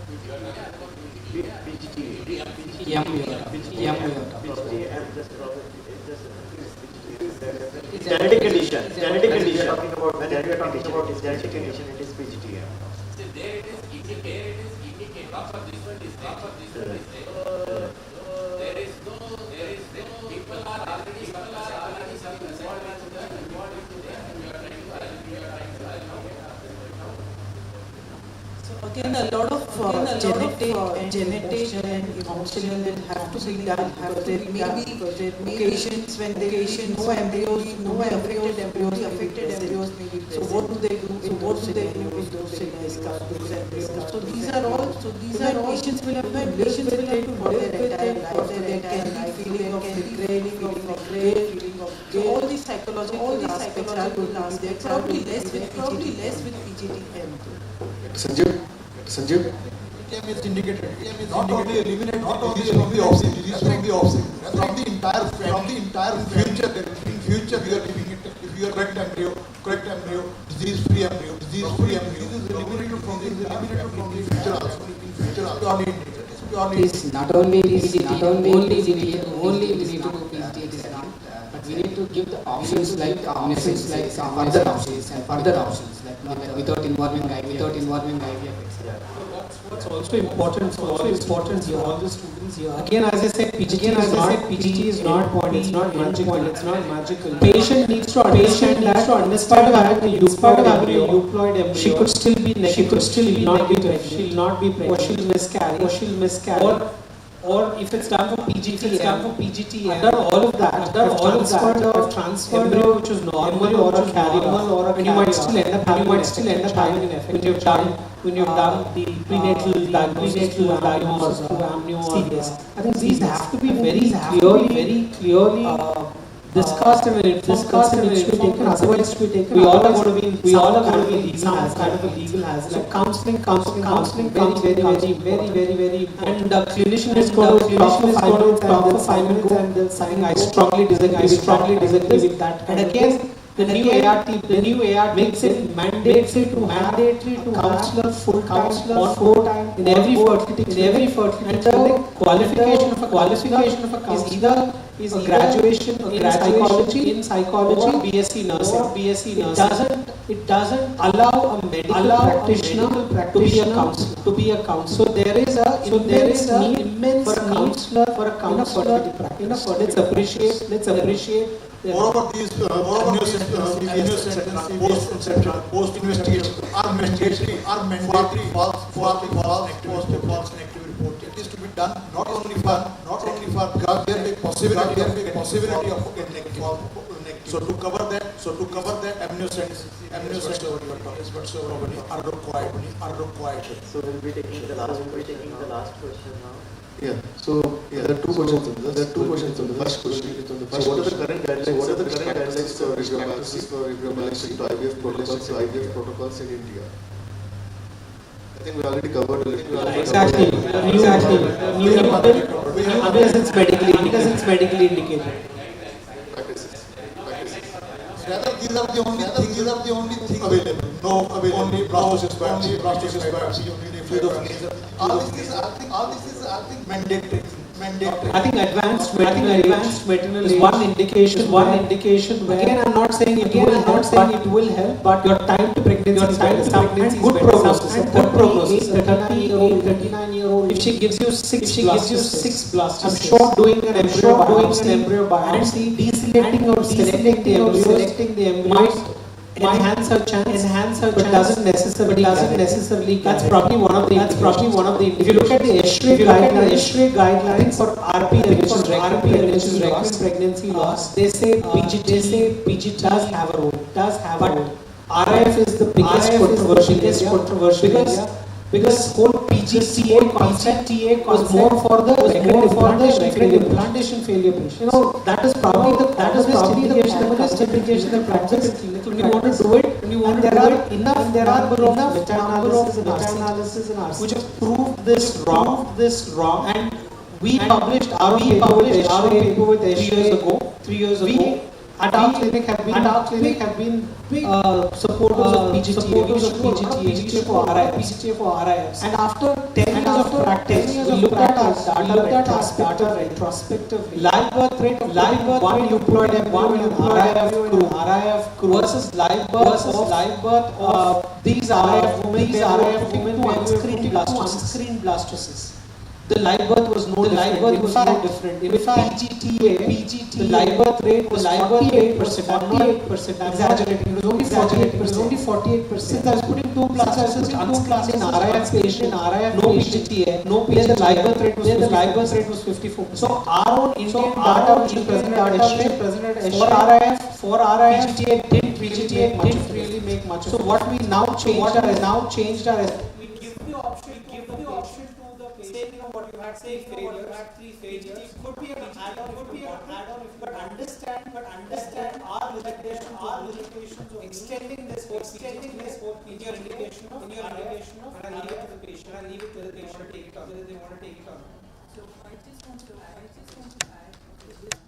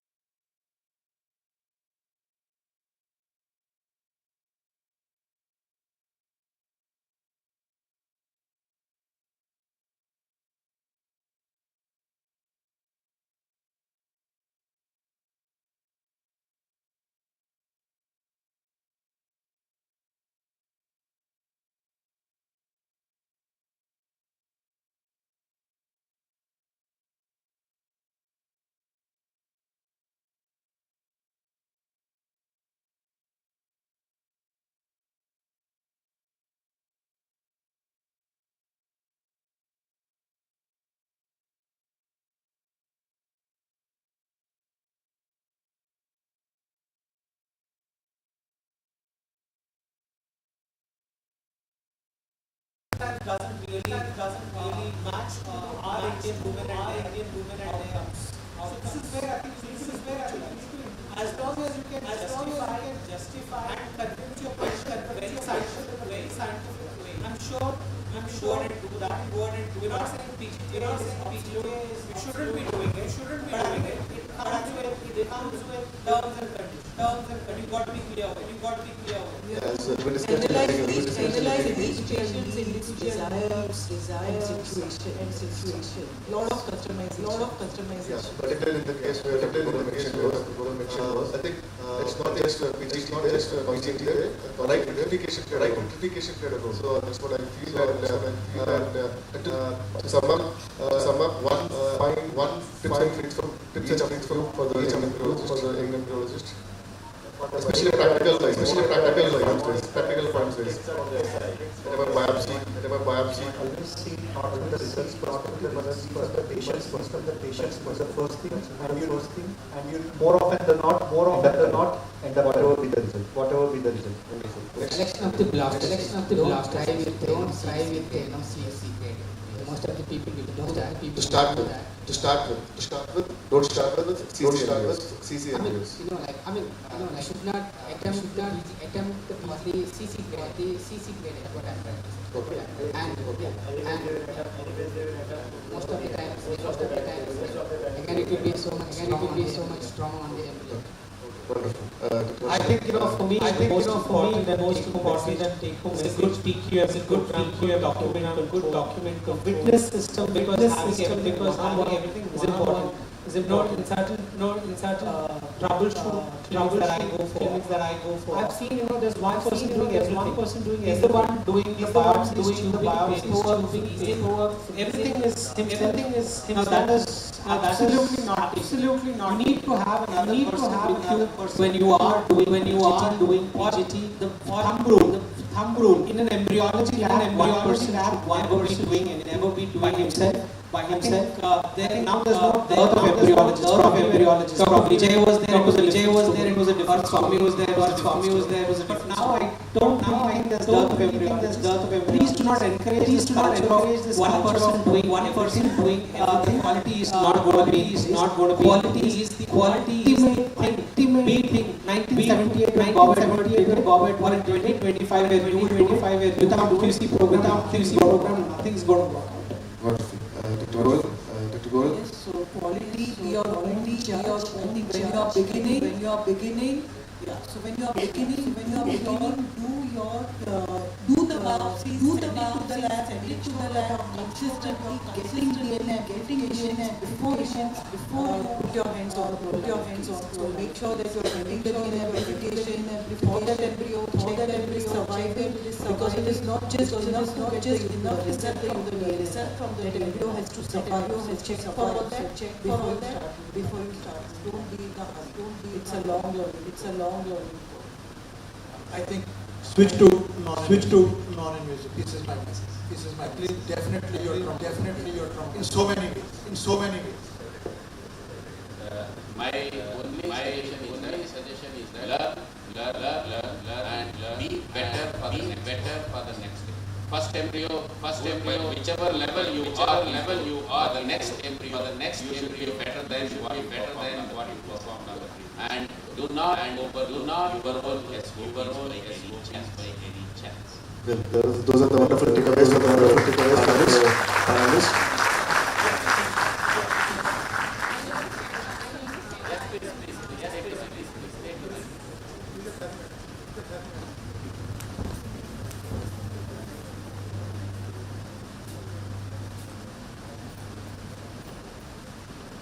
My name is Shrika. Aspier case of non-invasive actually we are taking the fluid or spen culture medium for this DNA analysis. And studies were saying they have on capacity to correct the condition. So when we take non-invasive, if it is a mosaic embryo in that condition. Initially there was a confusion the self-replicated is self-replicated or accepted or having said that addressed. That is now the point is your question. In case of possessivism, so I think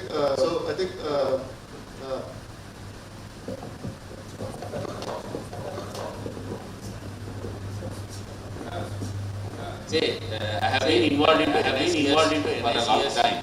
We have been doing it. We have been done NICS, biopsy embryo from the spent then we did a biopsy, we tried and compared and the confidence between direct whole genome and whatever method of analysis you do. Vis-a-vis NICS still at the range of 60 to 70. So there is a 30% gray area.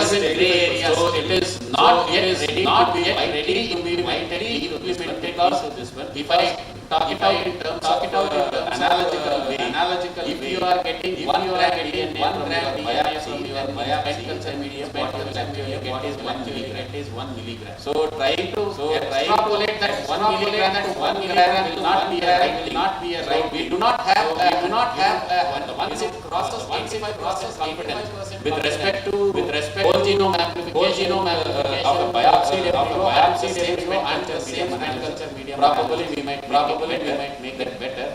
The power of evidence is quite vary. There is one group which is saying they have got an excellent correlation are not associated with it. My own personal experience has been 60 to 70%. So the day it crosses, I believe that might replace biopsy. The genetic analysis will have modified a bit for NICS because you will not be having a whole genome. You will be having a part of the genome. So even there it changes to certain changes. Confidence is a experience we have switched to NIPGT, but again we have switched back to the conventional biopsy method simply owing to the results as well as the high level of mosaicism that is NIPGT. So that is the major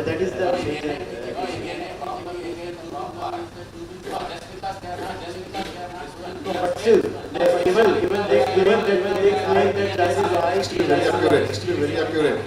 This is a big discussion. It is another panel discussion. NIPGT probably earlier people were doing cleavage. They were report from one cell. Why not from this? Some companies started NIPGT and they shut down their companies. Yeah. Another point what she mentioned, right? Hypothesis, very scanty of case reports says that there is autocorrection of embryos, but we need a solid medical evidence for that. Have a very stake on that. Auto-correction would be invasive or non-invasive. You still have some doubt. Actually, we are what should be the criteria? Because we are doing both, we are giving patients extra course. Nobody is charging extra for that. They are paying only for one. Another will be offered. Errors are with both. You can have errors. False negative, both positive, both with invasive as well as invasive. So you cannot be sure. what sir was referring was to a research setting. You got it is that in order to have confidence of LMEC and proper result. I personally did before doing biopsy, I used to send it for analysis and for the biopsy and get the biopsy and try and compare. That was what I was doing. Not that we will ask the patient what it is. It is available in the market. Nobody is offering it. We do not have a complete trust on that.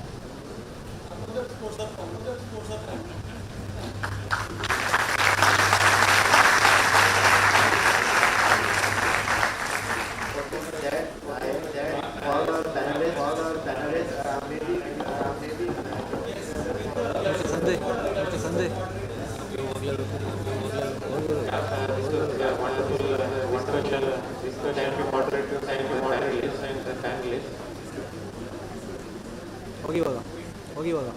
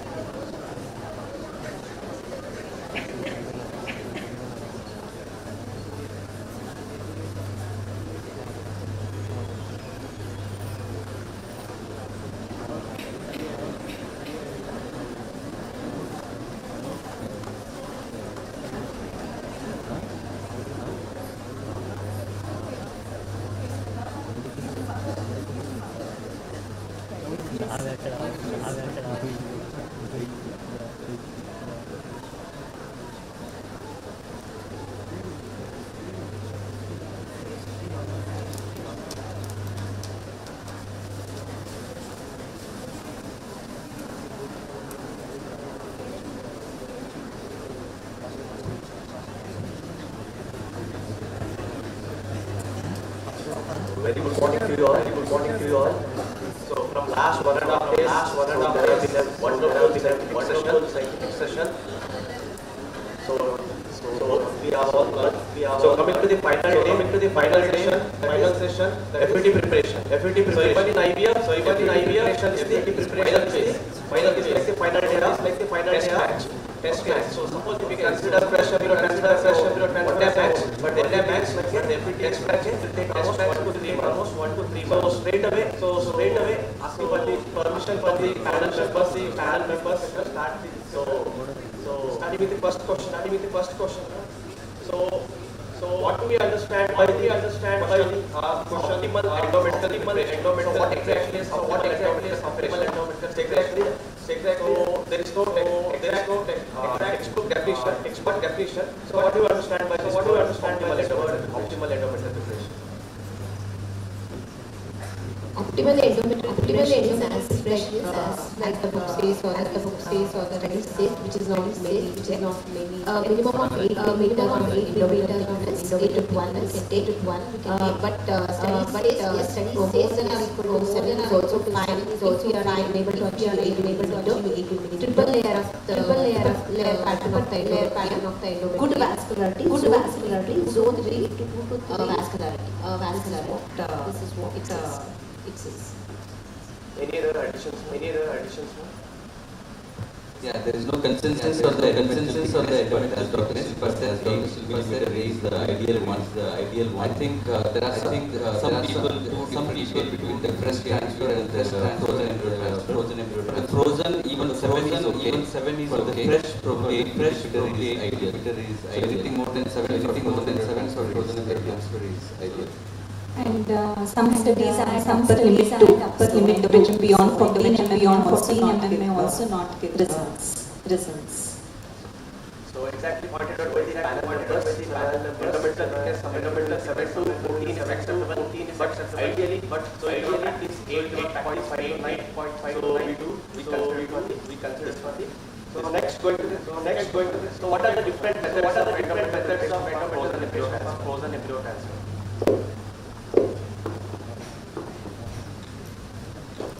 HRT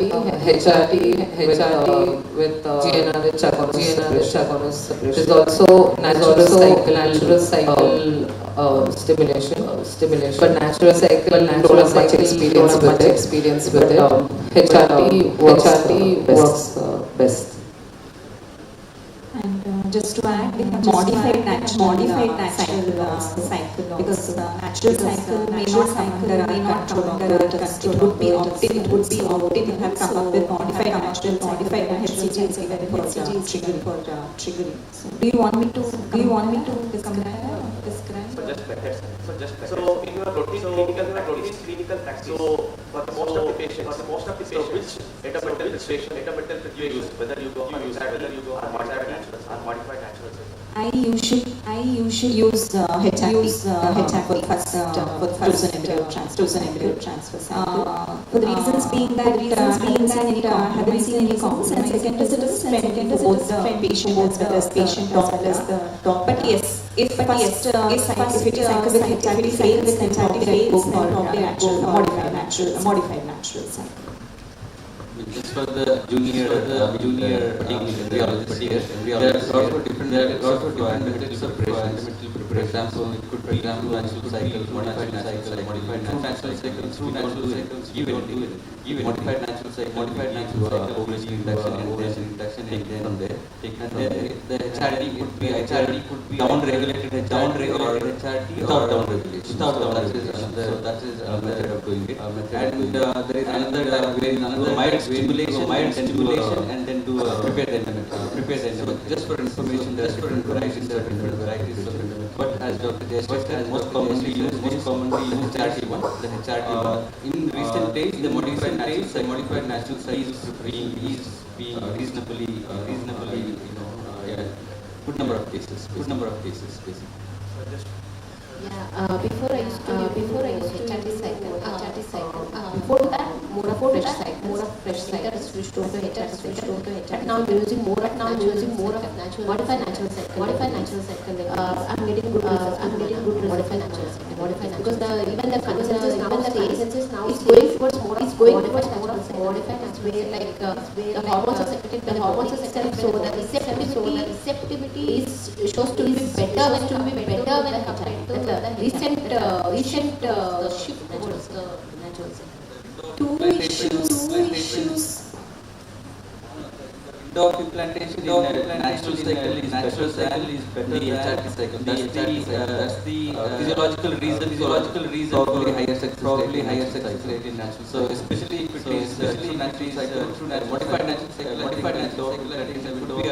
could be around 12 to 24 hours. And HRT cycle, it is much limited. That's one of the reasons why more people are moving towards modified natural cycle, and also in terms of the patient convenience factor, cost factor much patient friendly. Actually for the students, two issues have been pointed out HRT cycles are that is increased instance of large for gestational age babies and second instance of preeclampsia, that is hypertension.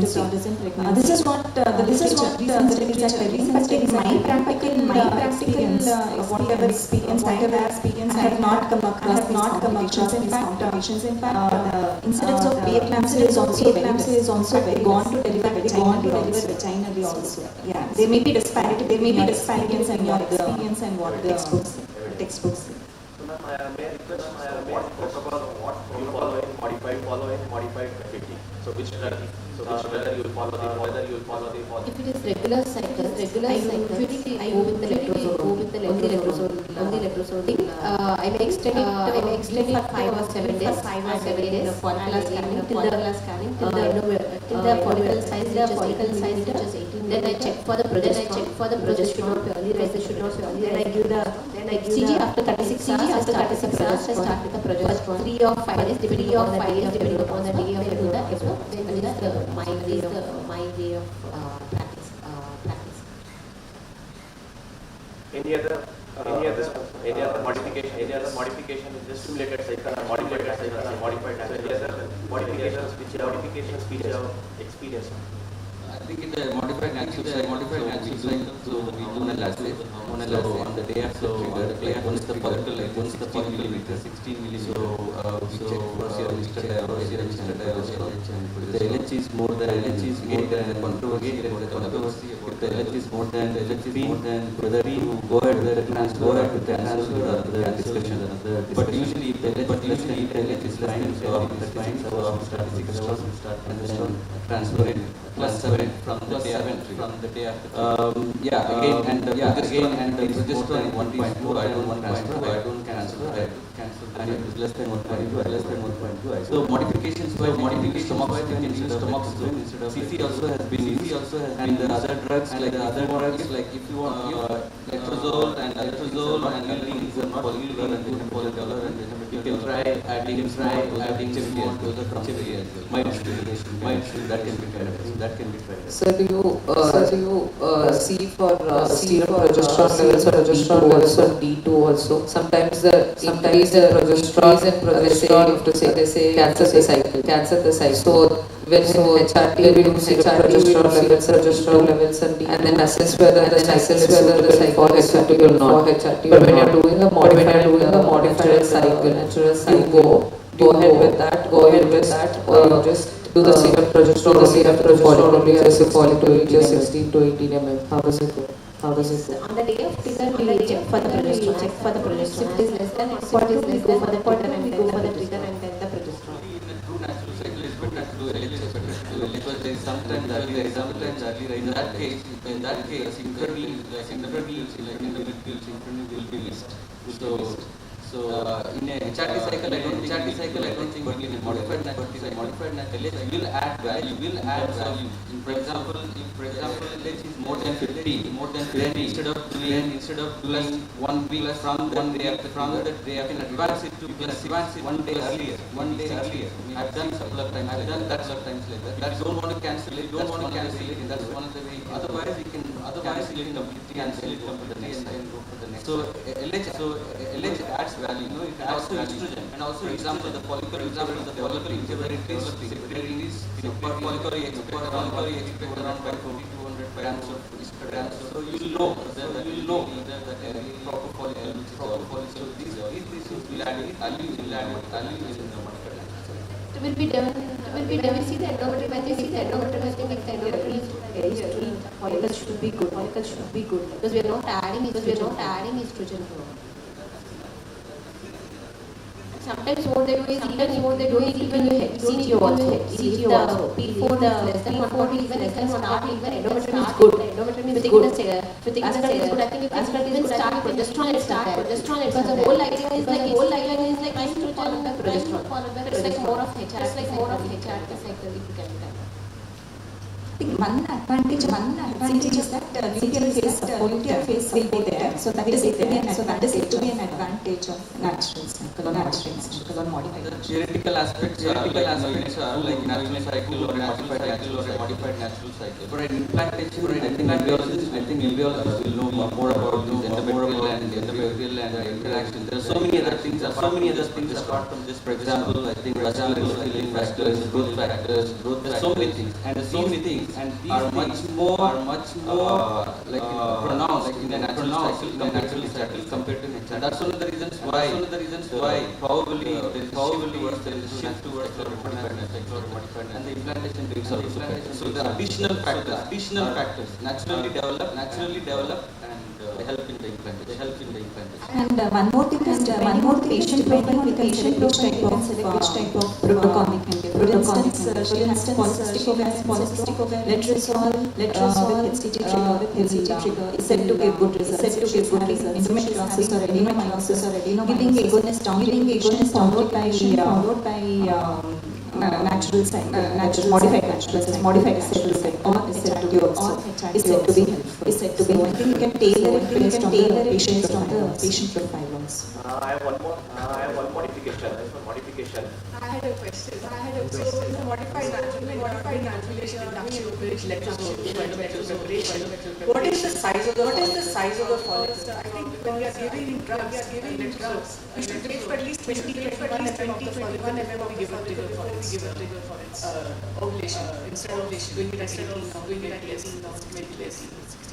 I think in this FET scenario, so if you have a follicle of 16 millimeter and if your endometrium is already good, then you can give a trigger and go ahead with it. But if the endometrium is still, the follicle is endometrium is still 5 or 6, then you can wait. Then you can wait for the endometrium to grow, and then you can wait until 21 millimeter. But the risk is, we have a risk of spontaneous ovulation.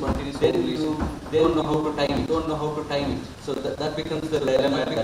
But as long as the follicle is under, the endometrium still needs to grow. You still wait till around 21. Probably we have to add antagonist if you are waiting with that. Yeah. So again, adding an antagonist probably may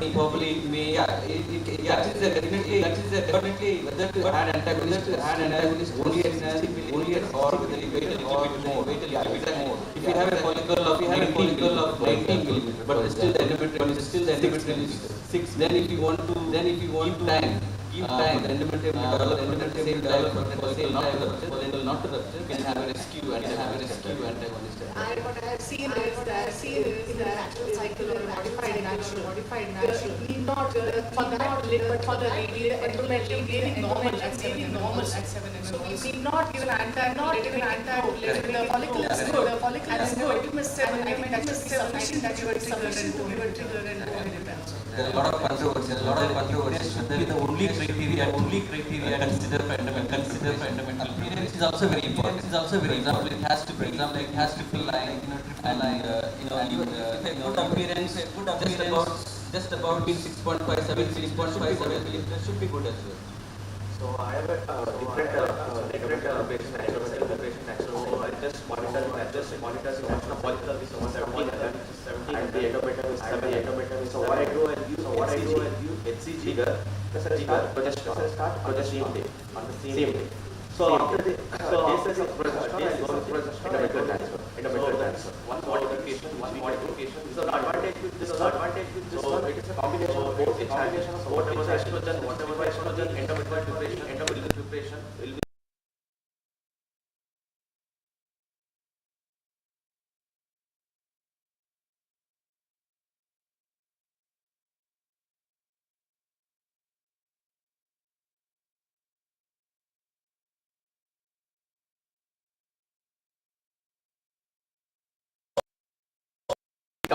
daily practice.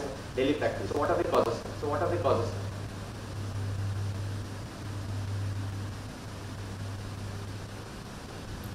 Thin endometrium, usually seen in infections, any previous surgeries if they've undergone previous abortions and D&E. And sometimes there's fibrosis usually if a cycle space thin endometrium, we have done hysteroscopy, so many times I've seen scarring and fibrosis which leads to thin endometrium. Advanced stages said to be a risk in endometrium.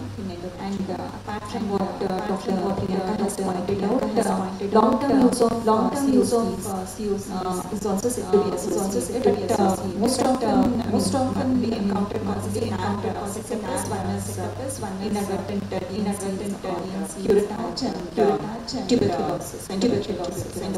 But many times there won't be endometritis, we still see in endometrium. Sometimes not having etiology which we could. Mainly, one more is chronic endometritis, usually used to ignore in our Indian scenario, but that probably even with the endometrium send it for also we will not be able to Sometimes it comes but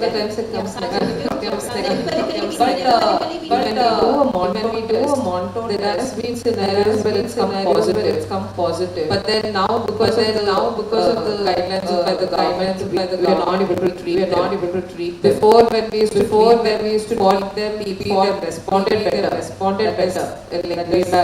Way back 7 to 8 years back, they had responded. We used to do monitor. Now that everything has streamlined, to come positive only then treatment for TB. It's kind of one of the major causes. And even hypoplastic where good and certain genetics are just where the endometrial is estrogen receptors is only difficult not be able to diagnose that. And as she said, long-term OCPs and the long relation with antagonist would use steroids, it will go to thin endometrium and probably obesity one of the factors all these lifestyle changes I think they are associated with thin endometrium. They are covered with the surgeries and all this. So I wanted to say the name of Asherman syndrome. Just embryologists here. Asherman syndrome is the name given to condition where there is adhesions within the endometrial cavity till the layers become adherent. That's maybe because of that vigorous some PVS, or most of the times is because of that. That's one of the conditions. So what about PCO?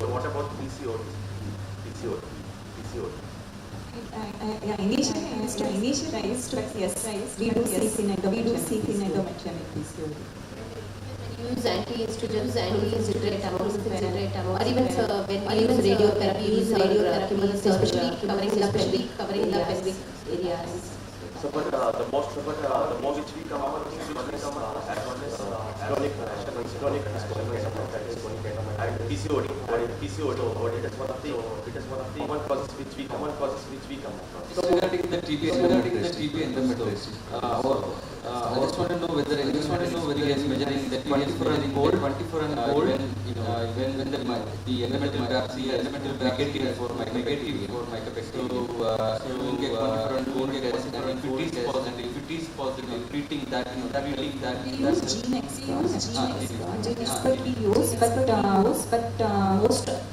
we have sent a lot of cases because but then all of them have come negative. They haven't come negative. They haven't come positive. But only one case, very bad patients we had here. I think that came positive and treated her with 80. But unfortunately also the endometrium was damaged and in spite of those things we couldn't make the problem damaged endometrium even after diagnosed that it is secondary to birth. So after there is no guarantee that it is going to once it is damaged, it is very difficult to recover.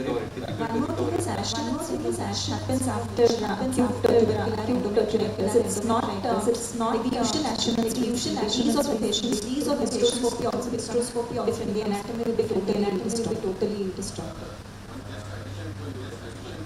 Post-AKT treatment, whenever they have it, somehow isoniazide, what they use AKT combination has estrogen properties, chemical. What it does is the estrogen receptors, whatever are there in the endometrium, it smashes it. In such cases, what you have got to use is cyclical estrogen to make out that redundant receptors to stand accepting estrogen and come back. Don't just give AKT and give estrogen. You might have to give estrogen, especially you can give it up to 60 milligrams a day. You can work it out. Give the endometrium natural cycle. Give her 21 days of estrogen. And then assess the endometrium times. Only if after giving estrogen 2 milligrams or 2 milligrams it will start proliferating. That's the endometrium. That's the receptors functioning back. Otherwise 18 milligrams per day also the endometrium remains in and not trickling. Is it during the AKT? Not during the treatment. Usually the drawback of AKT is that somehow it makes estrogen receptors to deep slumber sleep. After the AKT, to one of the patient, most of the people respond within 2 to 3 cycles. But in one of the patient, we have taken up to 11. For this patient, we in the 11th month, she started gave the milligrams estradiol rate for the endometrium from 6 millimeter and 8 millimeter, and we could see very good rate vascularization around the endometrium. But for that 11 months, the patient stood for us. That's one thing. I have to agree for that. But this is one thing. But this is trouble with the AKT. Actually, for this patient, so that's one of the reasons we used to suggest that when you give 3 months and you give 90 days of AKT, that cycle and that gets before even that gets. But you notice that when you giving AKT and somehow your pregnancy rates will not be better. She conceived, sir. She conceived. After 11 months, but of course, she was also patient. We were telling her and assessing the thing, and she listened to us and she stayed. And at 11th month, it's by 9 months. We ourselves say the patient that we say the patient will go for hydrosalvage, where endometrium is not at all coming up. But in 11th month, most patients respond within 2 to 3 cycles after AKT. So after AKT, this is what you have got to know that the endometrium receptors have not been spoiled. They are not in. So you have to get them out of this. Only if they start responding to estrogen, then only you program whatever endometrial preparation you would prefer. So moving on to next question. So in your physical practice, the XRT cycle. So in the XRT cycle, which more efficacious? Estradiol valrate, heavy hydrate, estradiol gel. Which drug you basically? Before we used to use estradiol well. Now sometimes for some patients but I have not seen any. Personally I have not. Gel I don't use. In FET cycles, we have seen that we student heavy and giving a better results than validate. Because we had to cancel we were started with validate, but when we gave student hemi, then with hemi there was significant improvement even in the blood flow and thickness. So that is one thing. I don't think there is any evidence saying preparation is better than the other. But probably for one patient and for one we could switch and see the other one. Yes, exactly pointed out. One is not shift over the estradiol. So what we have seen supposing the tablets are not working in HR cycle. We have seen some patients who are working with the gel. So we have got the estradiol gels and one estradiol gel 3 times a day, 3 times in days. So then we have achieved endometrial 7 to 8 days. But more or less, when it comes to the estradiol, estradiol has more of drug concentration compared to estradiol. But clinically is no much difference. So it all depends on the. So we have a large number of patients. So we can compare. So I just want to ask about the dose. So what is the starting dose? The maximum dose, and maximum how many days give the estradiol validate if the patient responding. Started 40 grams per day, and then depending on findings. So maximum I go up to 10 because they say that beyond 10 is not good to help much.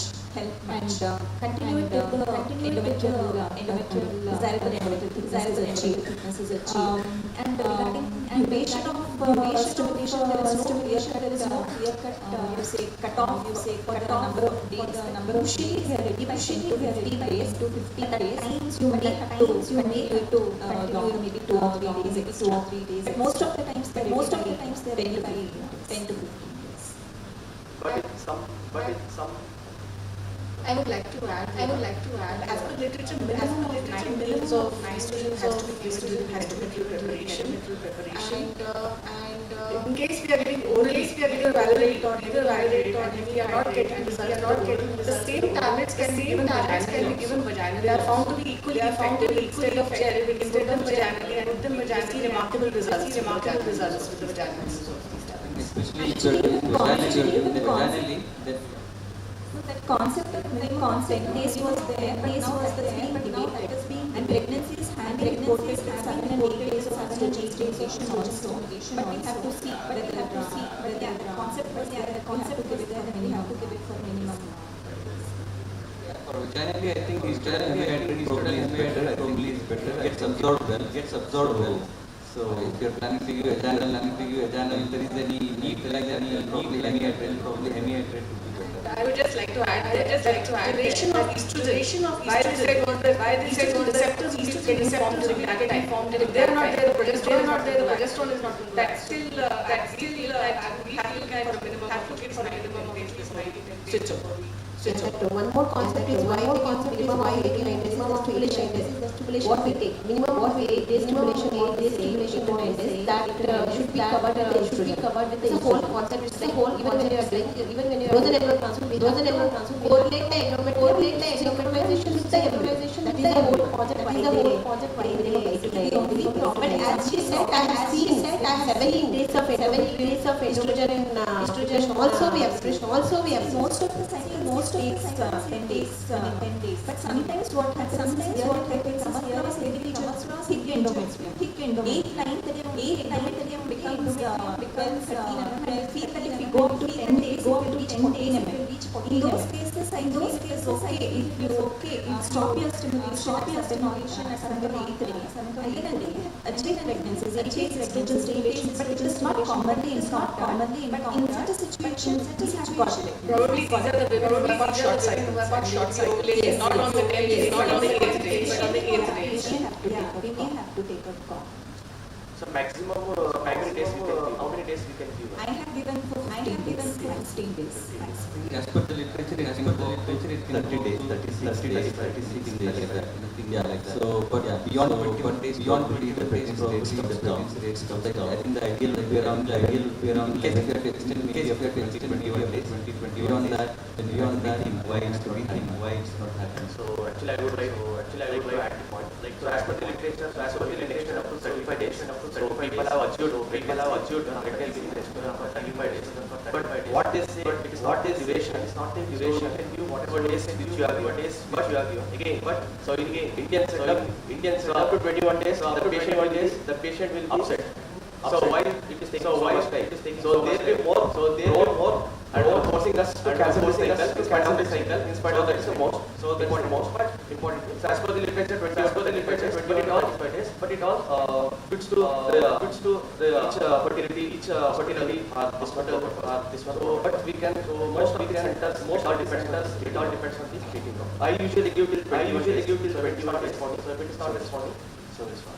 Next is the treatment of what is your take on GCSF injection and the experience with stem cell therapy.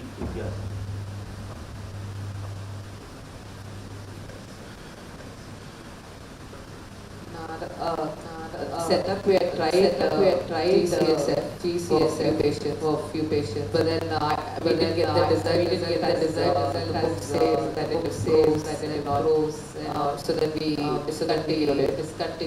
So other stem cell therapy and PRP.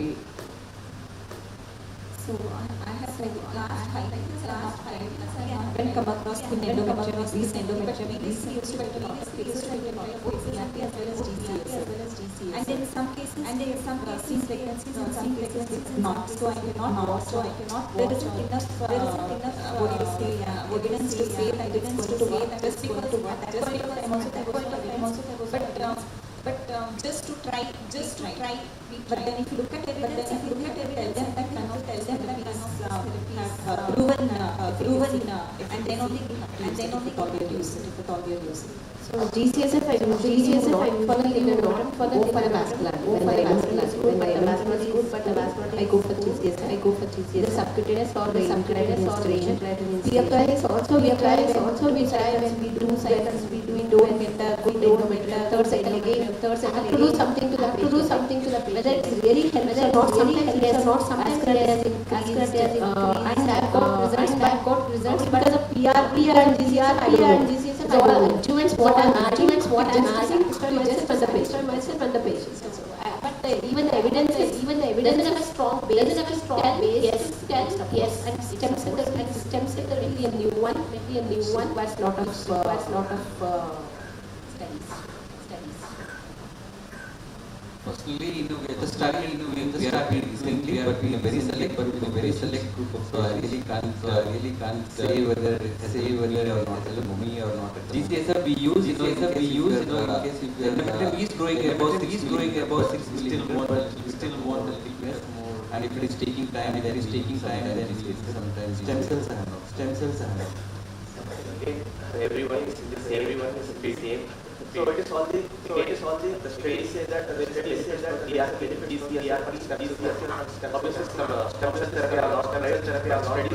study says there are results, but some are no results. So it has to be evaluated. Lots of capacities. GCSF again it's clinical examinations like plus or minus. Definitely PRP. So from this one last 2 years, we have been using some in data bars. But you have achieved good results. Day 3 blastocysts. I think with respect to the treatment of endometrium, there are two things. One is the refractory, and like whatever you do, it doesn't respond. But some scenarios, you have given HRT in one endometrium, didn't come up to your then if you try a different method of then you do get sometimes.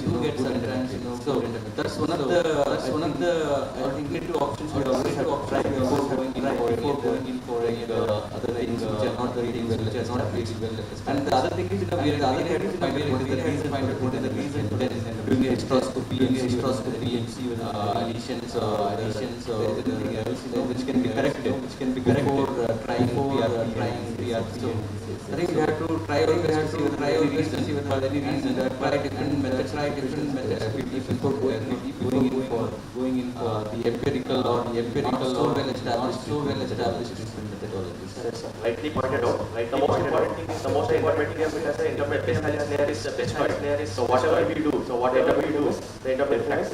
So in practice, other releases, there is a role of other attributes. So moving on to the next question, you get question about the role of LMW and ecosphere. So I just want to point out projection of preparation. So you use inverse clinical practice. Both micronized progesterone and dydrogesterone. We generally micronized progesterone 400 mg and dydrogesterone 10 mg TID. Because I'm scared to skip anyone.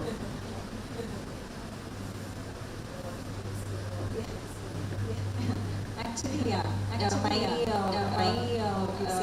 my protocol is also not evidence-based. It's just very simple. As we said, that this is the point of time when we are looking at results. So all of us are stressed and we don't want to give up to anything. Our best for the patient. So we are not looking at as far as physical phase, as far as support is concerned. But then even though the evidence says that the evidence is that 600 to 800 grams of micronized progesterone. Theory absorption of progesterone, the metabolism of progesterone is different in different preparations, modes of administration. And when you compare the absorption and bioavailability with individuals between individuals also. So I don't think we are totally wrong in giving different preparations, different rules, etc. So because that is what kinetics says. So I think that is the rationale for the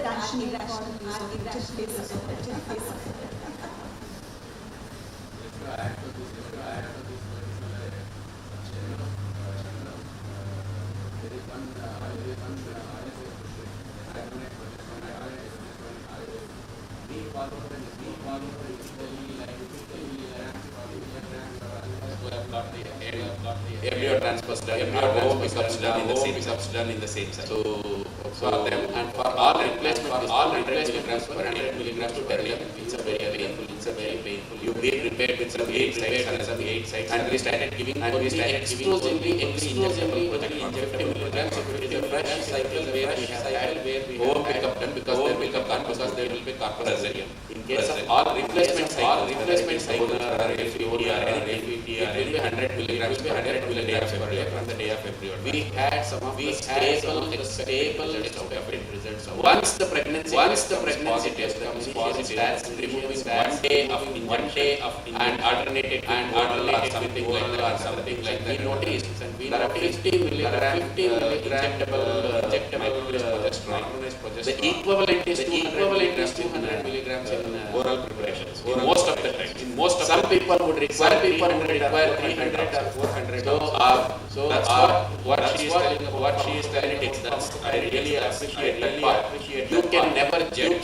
So for clarity to counsel the patient and go for a painful injection and give injectable. At least they have been given a shot and it is in the system. We had a real big problem when we vaginal pessaries. Either they were not healthy or they were missing what reasons or whatsoever.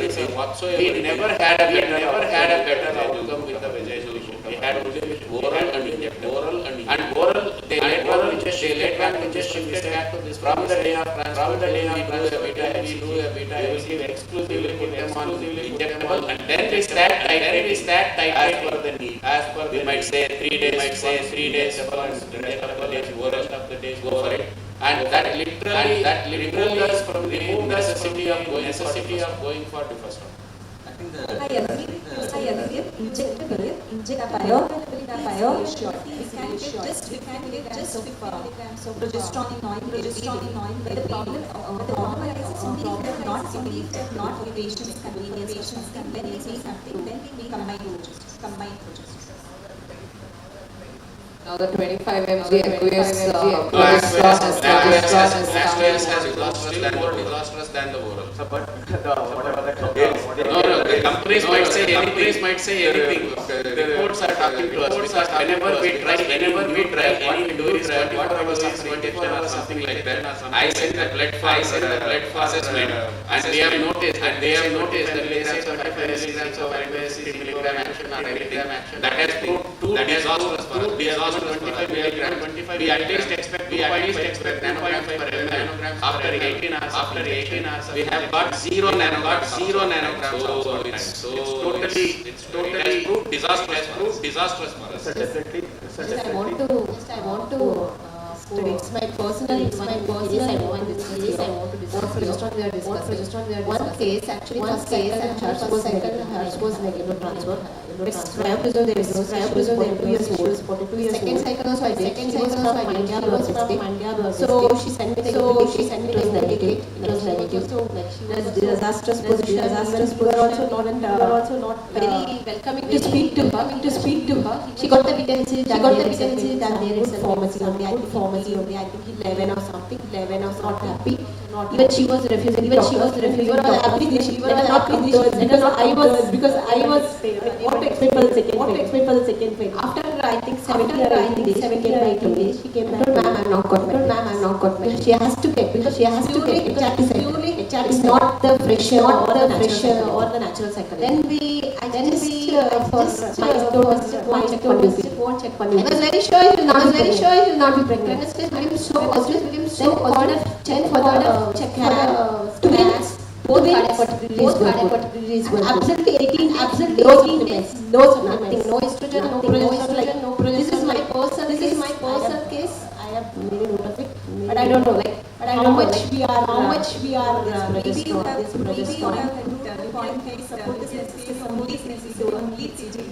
is not even natural. HRT cycle. Purely HRT cycle.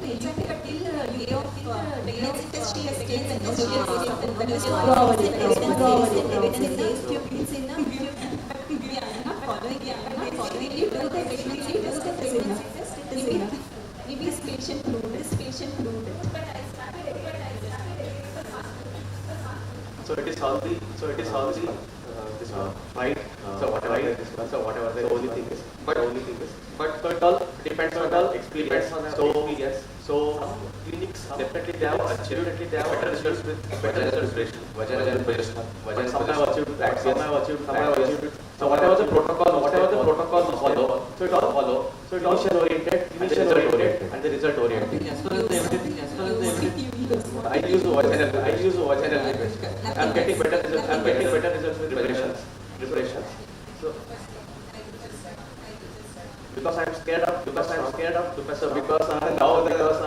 studies are coming out. Congenital anomalies. It's a known potent immunosuppressant also. I think the evidence is clear that either it has vagina plus or minus if you want to give intramuscular plus or minus. So Aspier, I think evidence is not that clear. So any one of these, if you are using, that is fine. What is the role of LMWH? Ecosprint FET, empirical starting of LMWH, ecosprint. Most people give Ecosprin empirically, but LMWH they have got anti-nuclear antibodies or something.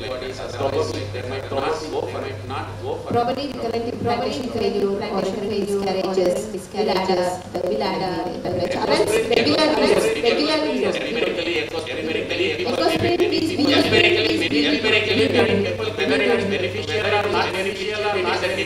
is a debate which is never end. Because one thing is the cost price is less, and even the side effects is not that much exception. For everyone, which is recurrent implantation failure or recurrent abortions. what the other people feel here. I'm also using ecospring point, but the incidence of bleeding in early pregnancy is really high. It's a vascular ecospring as the type. So we have to be prepared. Sometimes I wonder whether we really have routine ecospring routine. Yeah, I know. Stop it. Yeah, I know. Stop it. We have to stop. We have to stop. So they're bleeding. So.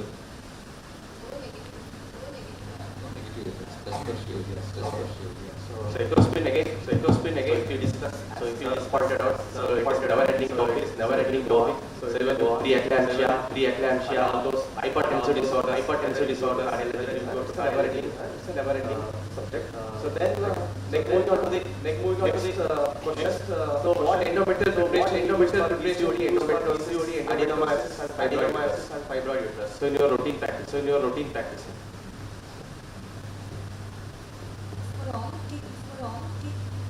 I use HIV for all of them. Endometriosis and adenomyosis, egonus down regulation.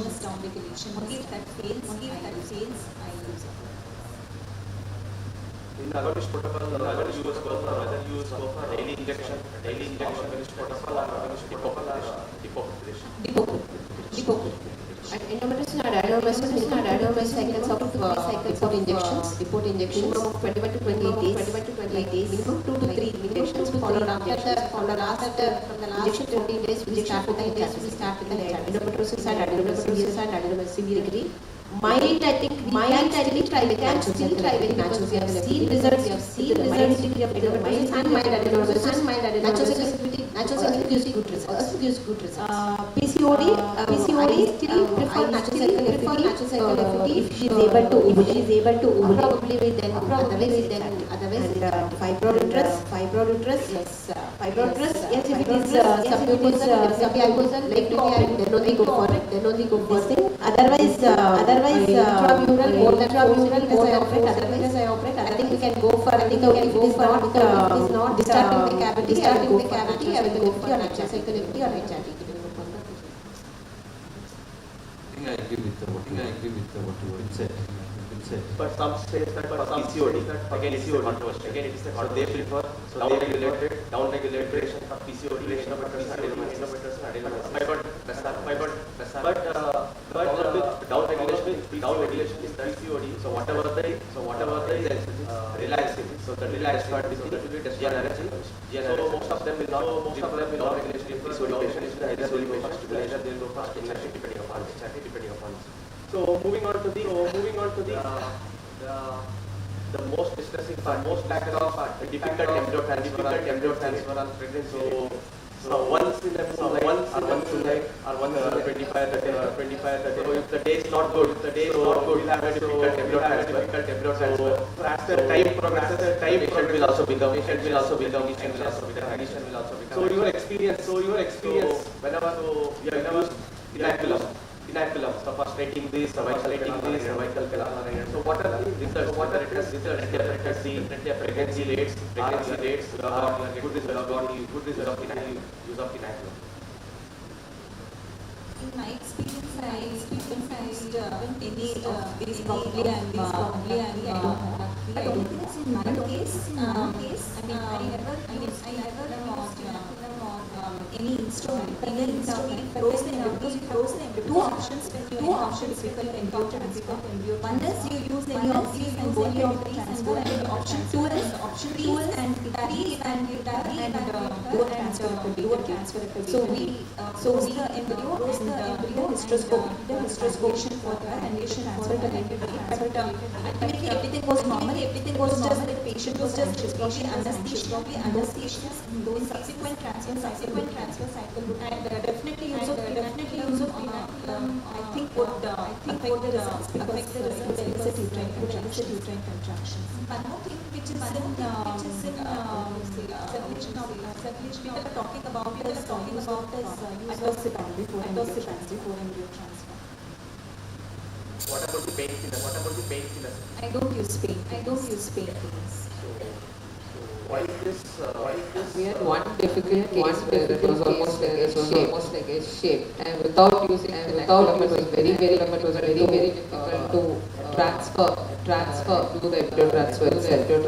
But with that case, she got pregnant. That's the only case where we used it. Otherwise now all the embryo transfer catheters are very friendly, and then it doesn't encounter so much of difficulty. But with that use of so that was the only difficulty we have encountered. Was very shaped, and whenever we had to probably use it. I have used Alice Ports. Yes, not. Yes, I have got the results. But yes, as much as possible, I try to avoid the maximum extent. I do usually after like first I insert the outer image, then the embryo. So I usually take not to use any instrument. But yes, some cases I have got the results. But really not like all the cases I've got results or not. I have not evaluated. But some cases I've got results. And second thing is painkillers. I used to do pyroxycam 1 hour before transfer because the prostaglandins this is causes uterine relax. Nowadays I have shifted over to atosiba 3.75 g 1 hour before the transfer session. Anesthesia yes, we don't prefer really anxious. She's even not for the sometimes we have seen scan is only so difficult. Such cases probably because of the anxiety we have seen anesthesia. She told we couldn't negotiate cervical canal, and we have frozen the embryos. Next we have evaluated and calls for under anesthesia. Bed rest, advocate 20 minutes on the table. Regular activities, not the rigorous activities and all. But yes, never listen. Parents, they don't answer. I never said. But still she can say. So use of embryo glue, I have no idea. I've never used. Material was also not done. Same thing. Like I rarely use. So if I had to use it, like just remove, and then just wait for some time, and then roll it. So that's one of the processing. But we had positive outcome even after when it was difficult, when it got difficult. So we got it, but you still get some positive outcomes. Painkillers, anesthesia once in a while. When you'll have a patient, you'll have a patient very anxious. Anesthesia not like a sedation. Yeah, the embryo you started using, to see how it goes. You have to see transmyometrial, I have seen. Bladder is too full. Patient is going to discomfort because of discomfort. They may be internal loss, and so that aspect also should be taken care of.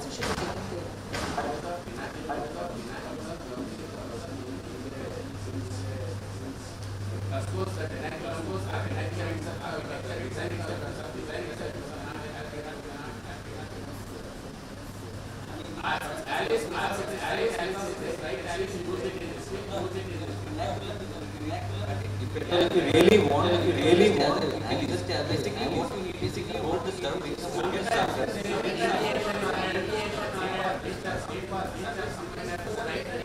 Yeah, exactly.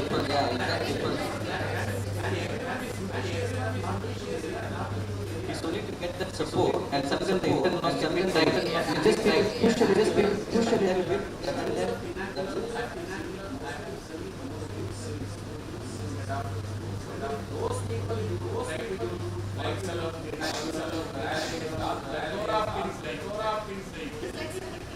it. That would be true.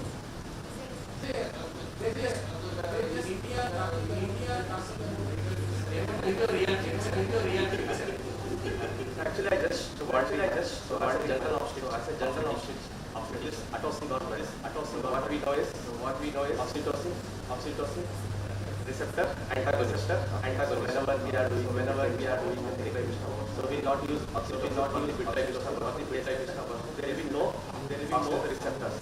But when it comes to embryo transfer, we are using atosiba. So what exactly is this? So are there really oxytocin receptors even in non-pregnant uterus? That is why it's not proven. I am also waiting for the final research before using it because it is expensive also. So until and unless we are sure that it is going to we should wait. But even in preterm labor also, the results are after 32 weeks, they have seen good results when compared to I have a personal experience, right and left of using atosiban. After 32, I have postponed at least for minimum 2 minimum the steroids I have got to. Yes, bias.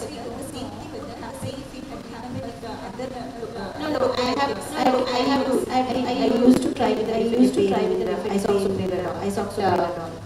Still with the atosiban, usually we give 0.9 ml, then we give the infusion. With 0.9 ml stat itself, I've seen immediately properly. It was just a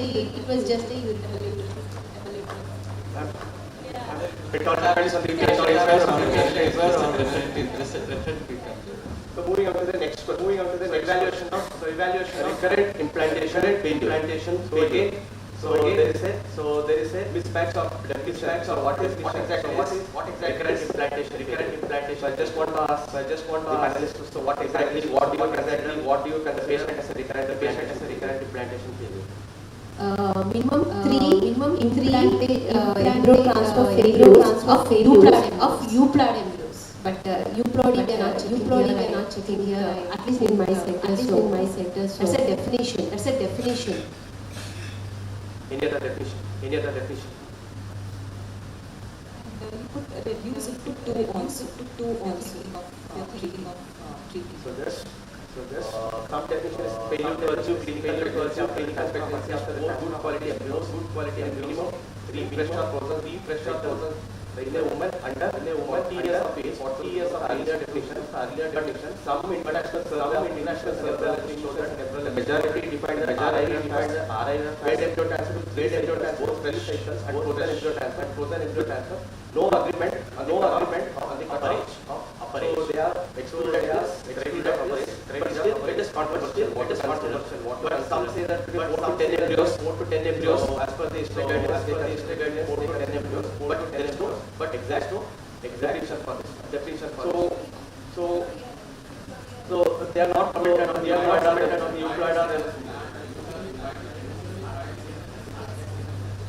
but so comments on causes of recurrent implantation. Most of the times it is embryos from the embryo. When it comes to the endo, what should be the other causes?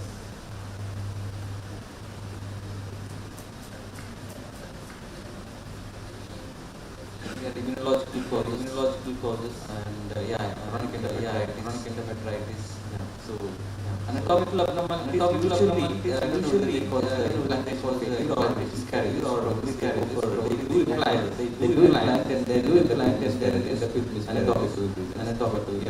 Most of the times it is either chronic and microbiome problems and then immunological problems. So what is the role of ERA in this condition? ERA.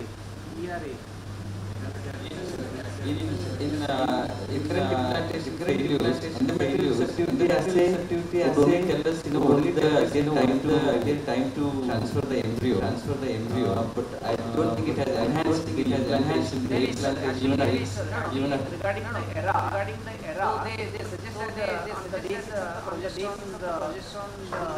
go for an embryo transfer. Go for an embryo transfer, right? So routinely it is happening like that. It's happening like that. Only the receptive and the support of when you start support for ET preparation, and you say that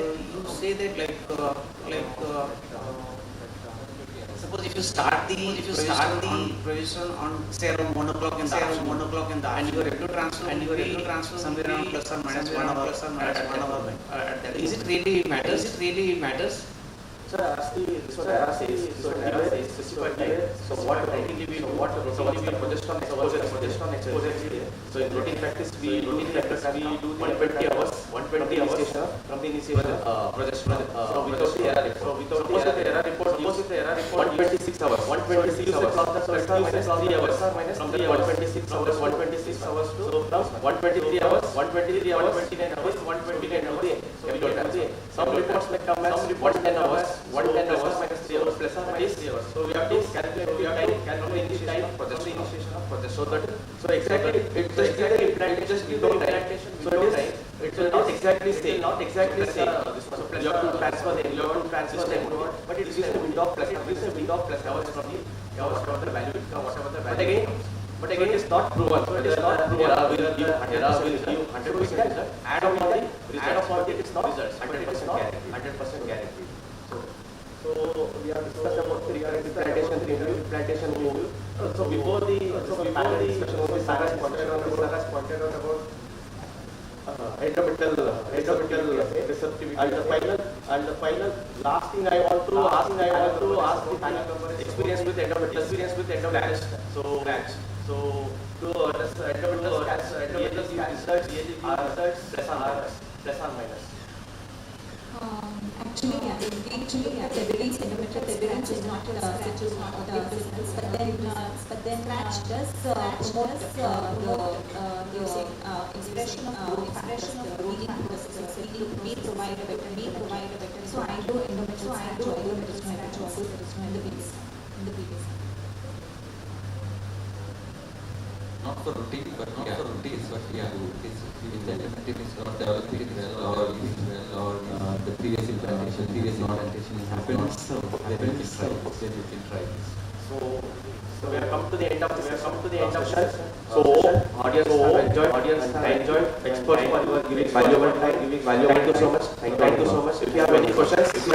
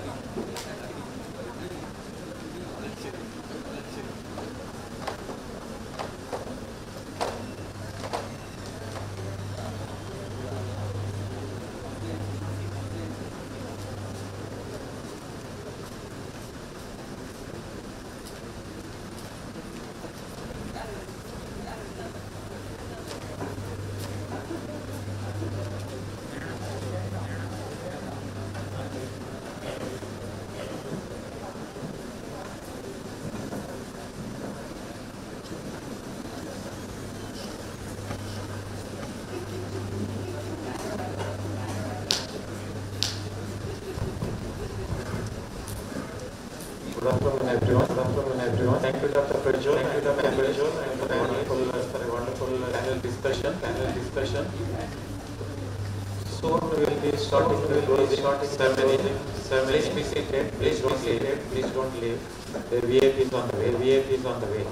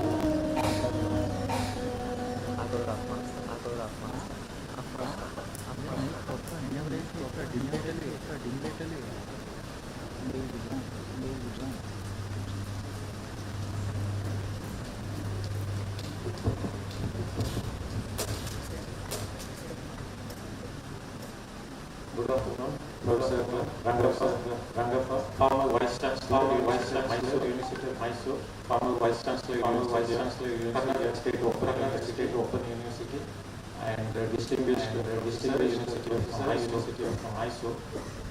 I would like to extend a very warm welcome to you, and warm welcome to each and every one of you. During the last 2 days, we have discussed deliberated on the various topics.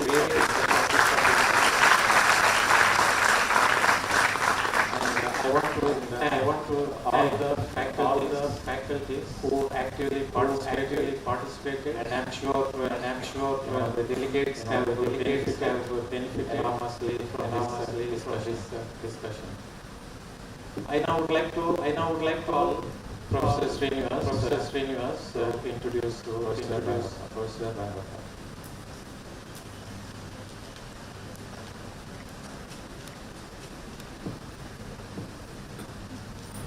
A very good afternoon to one and all. I'm very happy, proud to introduce Professor K.S. Rangappa. We all call him as KSR. Whenever I read the biostate of KSR, it is always inspirational. Like it has motivated many students, faculty, and researchers. The reason behind this set a gold standard in his CV. Like whenever we University of Mysore discuss any goal, priority, we always look at KSR CV. Oh, he has done so many things at this aspects. So many of the time, whenever introduce any delegates, we start his education. But if I start from there, it might take probably an hour or so. So I'll be taking straight away a CV after his retirement. That itself it takes too long for me to read here. He started his career faculty in University of Mysore. Then after he was actively involved in many other responsibilities in the university as well as government. During his research career, he has guided almost 65 PhD students established in our university, and he has published more than 600 in highly reputed top journals of the world. And currently is having a research collaboration around 300 across the world. That's his research. And he is having highest index and citation factor. So in recognition of he served as vice chancellor at prestigious university. And whatever you see today in university, either in case, whatever you see very good, that is the contribution of Professor KSR.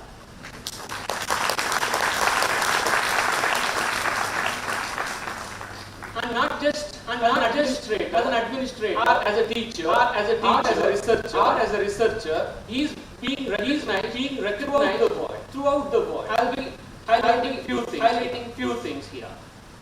When Stanford University conducted a survey, best researchers in the world, KSR listed among top in the world.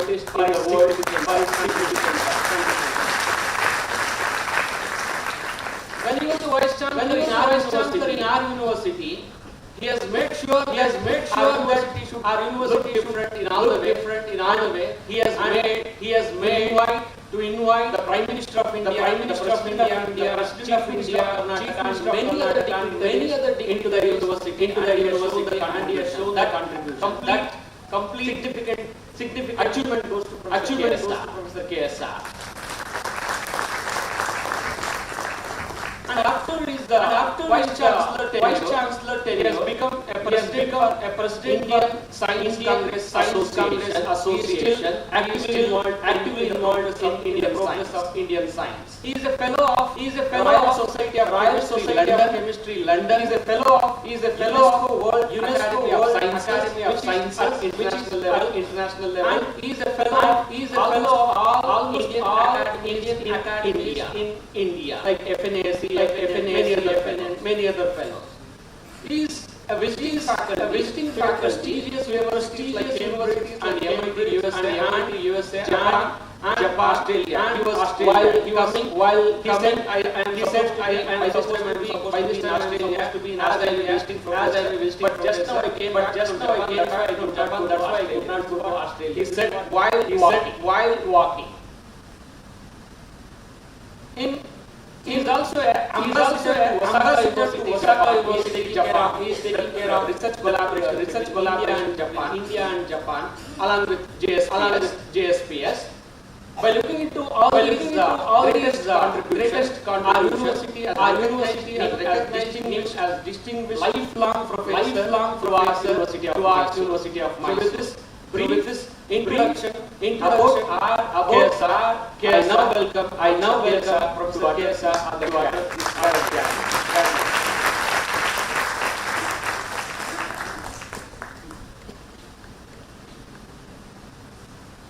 Srinivas is my colleague at the University of Mysore. He praises a lot. Thank you. I'm a part of this society, to be honest with you. That started this IVF core. I was the vice chancellor. He's the first collaborator who started this. Has become the worldwide institute of Asia Pacific clinically ASPIE established in 2015. And we are all here. Yesterday we have heard lectures in respect of Jane Sohan. Good afternoon, Suresh, senior scientists here, participants of this 2 days conference. As I said, I don't want to praise this institute. Of course, I will proud to say that the institute has started during my period as vice chancellor.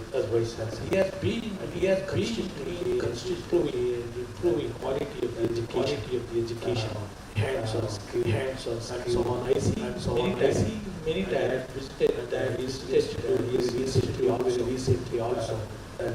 Many participants across the world. I was amazed, really amazed to see students and I wish to do these great success in future. Of course, this is led by scientists, experts in embryology, Dr. Suresh, and along with him, he has started many. Initially, he started one master's program and diploma, right? Many courses he has started. He is supposed to the public. It's amazing. And I see many collaborators with him.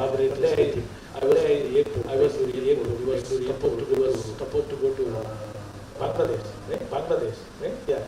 He had a connection. He has connection all over the world, and showed the subscribe to the University of Mysore, where Dr. Srinivas is still involved in this institute, and I am happy that Srinivas is from the University of Mysore. Anyway, I wish for the success of this great future of this institute, ASPIER. I'm happy to see the current and recent developments in assisted reproductive technology. It's a great pleasure for me involved here. I was supposed to be in Australia. Today morning I called back when I came back from Australia. Yesterday I was here and I started in the hotel. And of course, this is a well-fitting conference of updates and recent advancements assisted artificial technology. We are fortunate enough to have many medical techniques discovered to treat fertility and helping achieving pregnancy. The advancement in scientific innovation have led us to explore possibilities handling eggs, sperms, embryos outside the human body to infinite possibilities on conceiving. Infertility is a complex issue affecting millions of people worldwide. And ART has become a valuable resource. That's the reason why you are here. Initially, in fact, technology has advanced rapidly, offering joy to countless families. Is also raised social and medical concern. Needs that careful consideration. We have several ART procedures that has been developed to address infertility challenges IVF, intracytoplasmic sperm injection, gamete and embryo preservation, egg and sperm surrogacy, and many others. Over the years, these methods have groundbreaking advancements, improved success rates, providing new opportunities for fertility preservation. And pre-implementation genetic training is one such innovation, allowing screening of embryo for genetic disorders before implantation. Time lapse in embryology labs also improved the selection of viable embryos. Advances in genetic research are paving the way for artificial gametes could be created per person's cell, offering new solutions for those with severe infertility. In fact, your assisted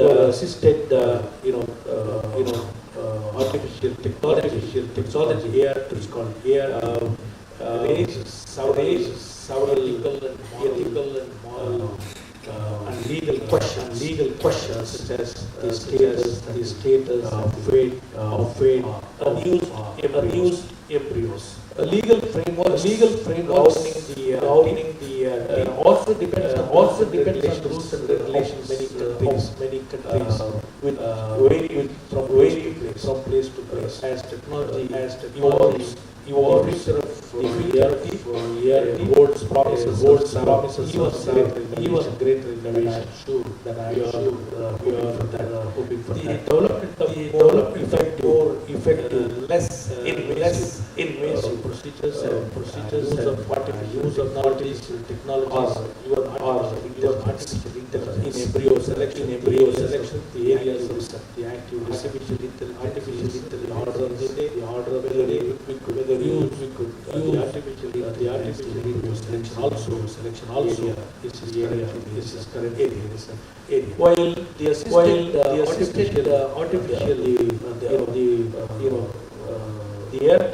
the RTO also has provided life challenging opportunities for countless families as evidence. It also presents the challenges that the society might address. So therefore, as ART continues to evolve, it is important to ensure that these technologies are accessible, ethical, and offering hope for those who dream of starting a family, which could be very as well this technology assisted reproductive.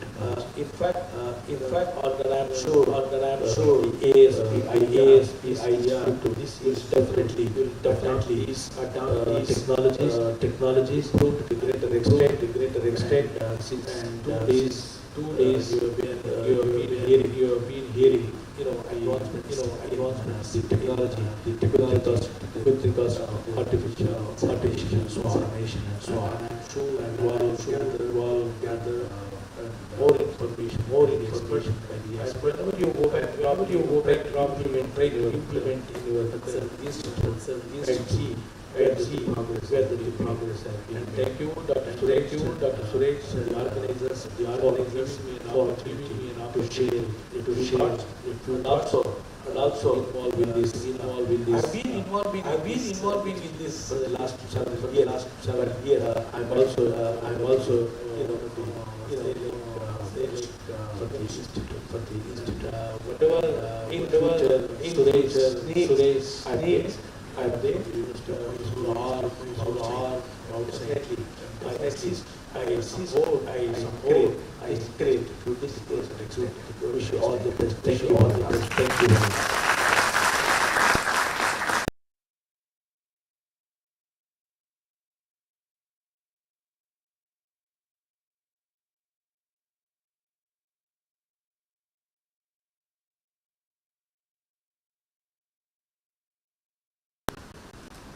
receive the token of gratitude.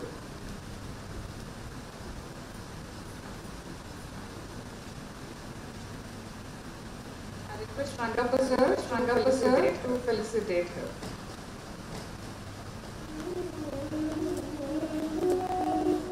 Sanjo.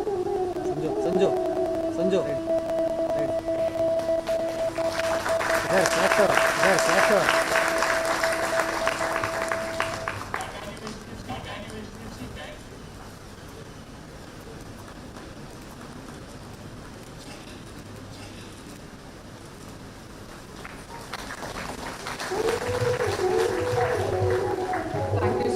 Thank you, sir. Now I request Suresh Katera, sir, even with the token of gratitude, Rangappa, sir.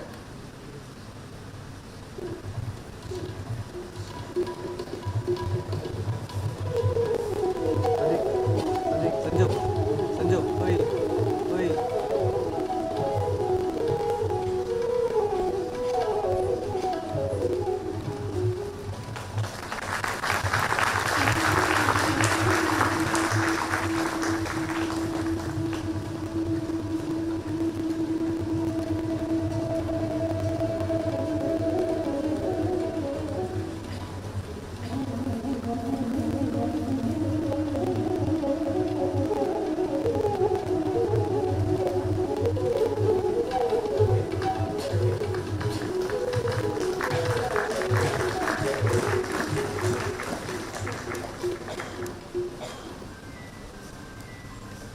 Now I request Dr. Shrikant to come up on stage. I receive the token of gratitude.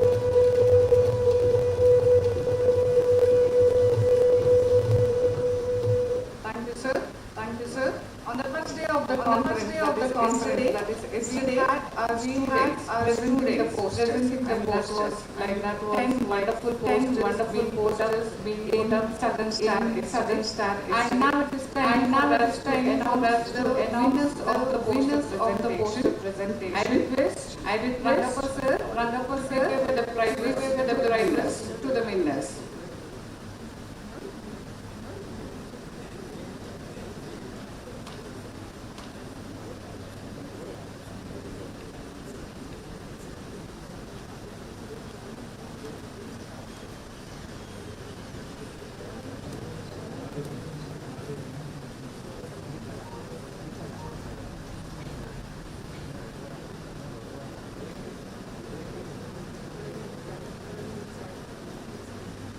Third prize goes to Sababanu.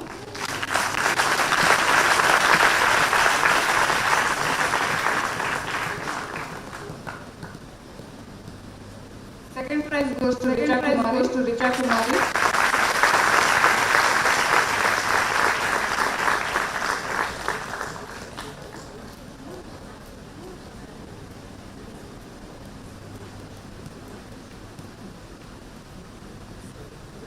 I request Rangappa sir to deliver the prizes.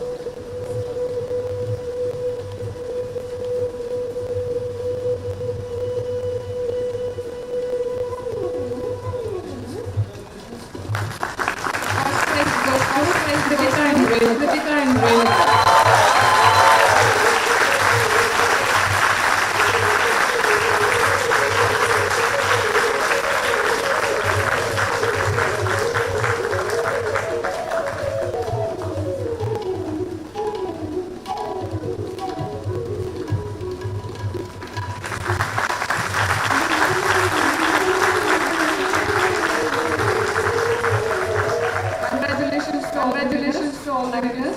Thank you. Now I request our faculty to share their experience of the conference from yesterday till today.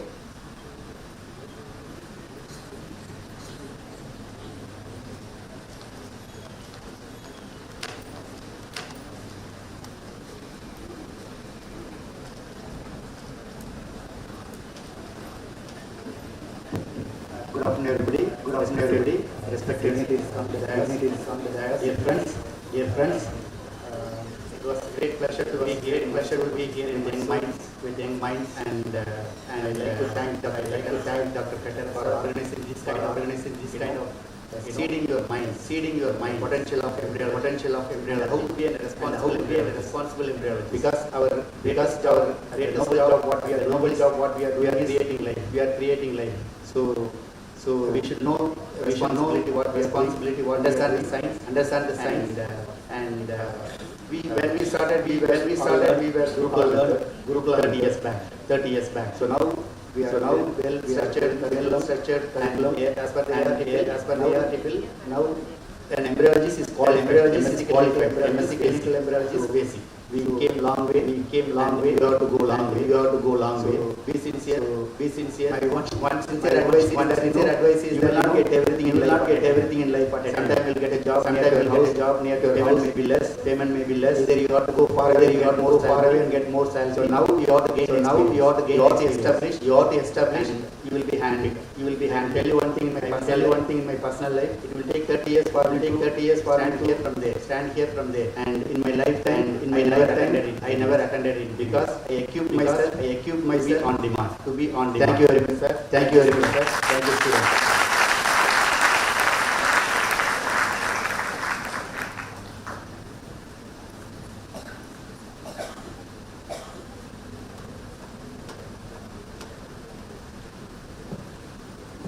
I have been traveling with Sir for the last 10 years, I think, and from the first batch onwards, Sir was so much of interest on the students. I think if he joined somewhere, so much of But his dedication towards the students, he always says that you good productivity towards the society. And there are so many requirements are there in the so many fertility sectors are coming up. His thought made all of us here, and sir, thank you very much giving this opportunity, and all the best for all the students.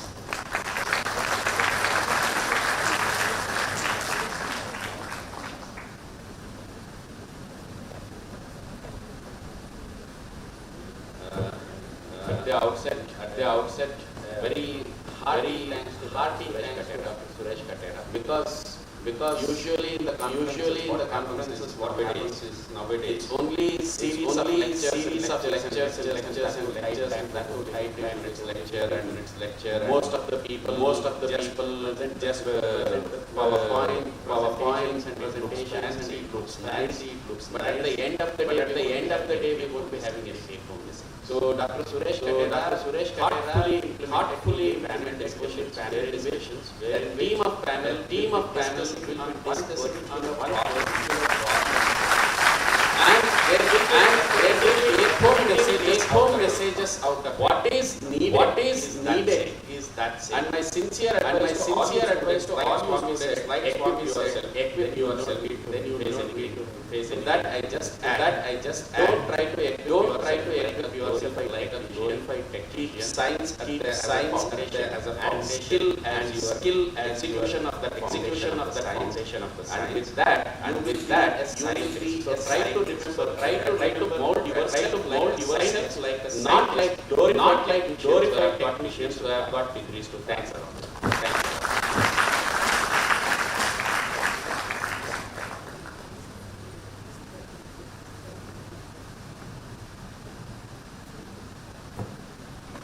Thank you. dignitaries on the dais,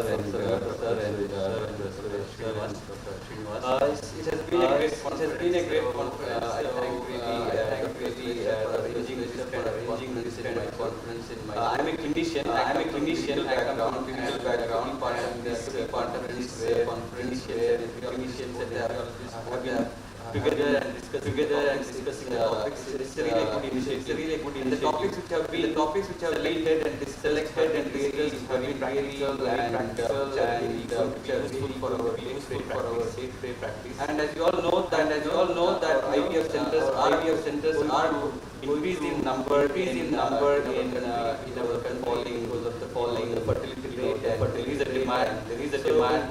So and we have the knowledge of helping those people to achieve the pregnancy. But so we have the power. We need to have the responsibility, as the famous Spider-Man movie says, power responsibility. So we need to be really we need to have that responsibility and so many things have been discussed here. What should they and what should we, and these are very practical points, and capacity might have to be kept, especially those young embryos who are going to graduate and different areas. Always remember those quality criteria, responsibility criteria, and do your duty and serve the nation. Thank you.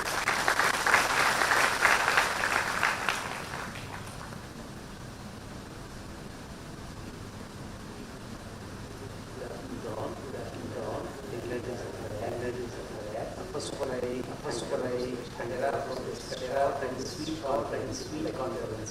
As Vijay mentioned, sneak the lectures. But this is seeing into the program. This would be we could able to only the group discussion, lot of discussion, a lot of mind sharing, knowledge will happen.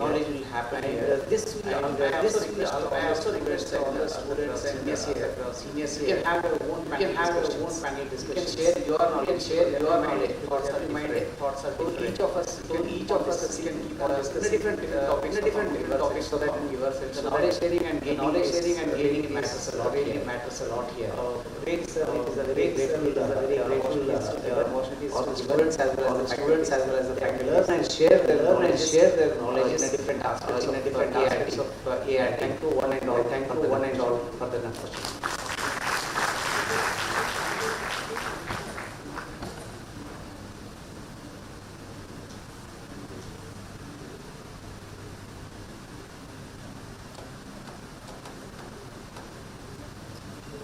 A very good afternoon to the dignitaries on the students as well as actually I have seen Dr. Sir as a teacher and although I went for clinical training, teach me a part of embryology to go there whenever I wouldn't have any clinical part.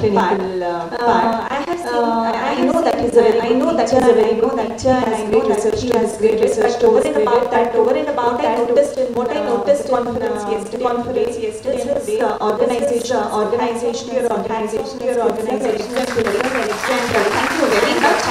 much for a wonderful conference which I'm sure given meaningful messages to all of you as a talent, and we have also learned this conference. Thank you very much.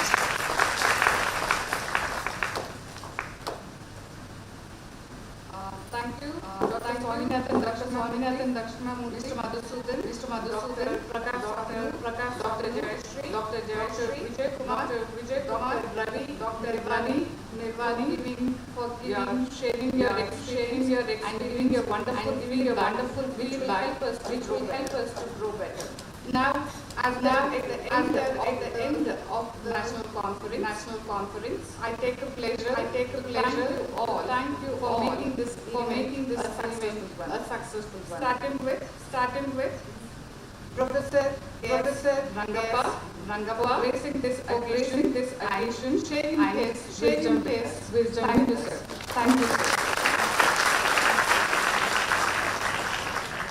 Special thanks, sir, to Srinivas sir, being with us, and also introducing the areas from the particulars. And also thanks to all the faculties who put their effort to make this event one and a glorious one. Thanks to all the delegates, to University of Mysore for providing us and also providing us all the necessities to make this event a successful one.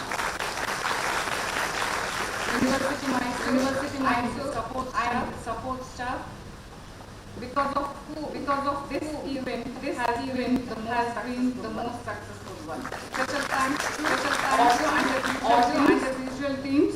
Last but not the all my colleagues and the organization team, all their efforts to make this national conference a successful one. Thank you all. Have a good day. Now I request you to stand up for the national anthem.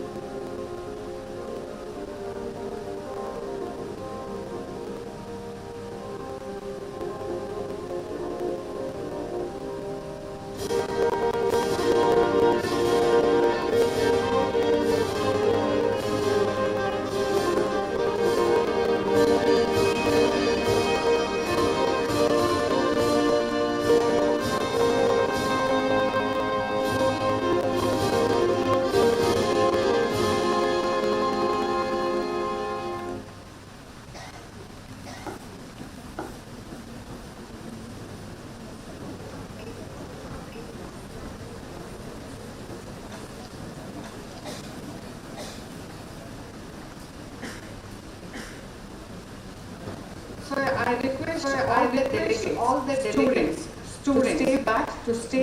A quiz competition being organized for people. It will 10 minutes. 10 minutes.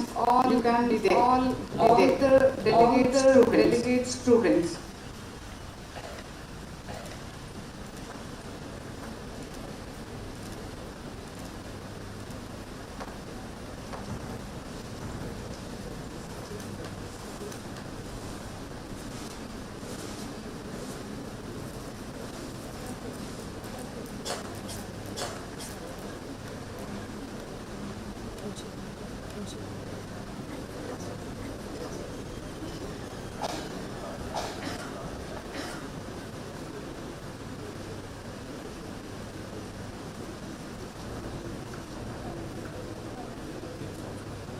Good afternoon, everyone. Good afternoon. Organized session for all the delegate students. We'll be sharing a Google form quiz shortly in the delegates group. The duration is for the 12 minutes for the complete attendance. Along with you mentioning your name. It has been divided into two sections. Section 1 and section 2. The first section will be your email ID and your full name registered for the conference. As you mention your name, you can press next there, and the questions will be appeared on your screens. And will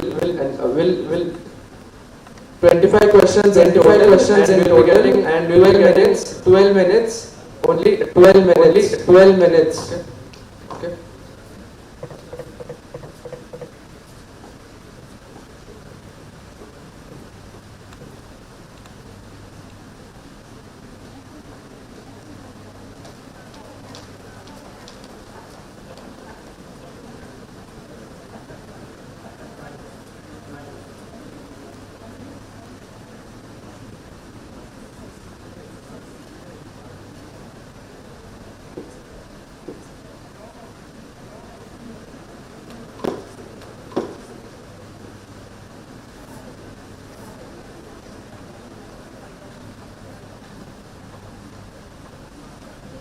Guys, you may go back to the WhatsApp message again.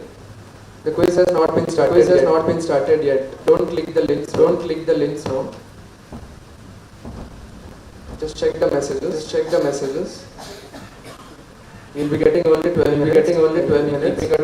Keeping a timer here.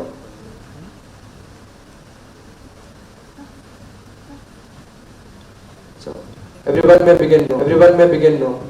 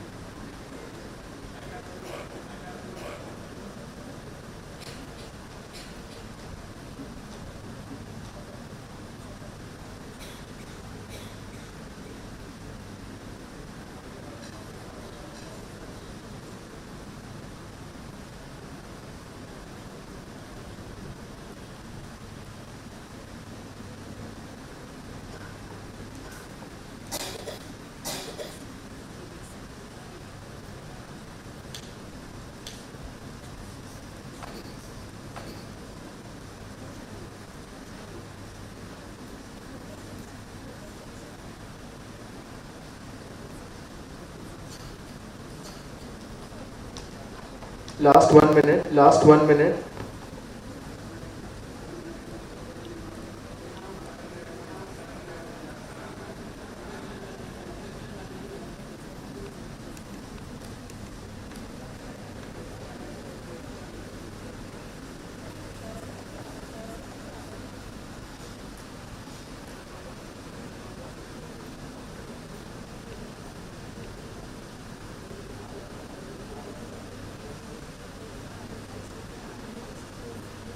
How many more yet to submit?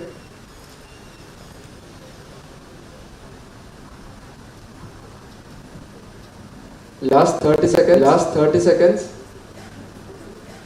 You have to submit your responses. If you fail to submit in 30 seconds, your responses won't be recorded.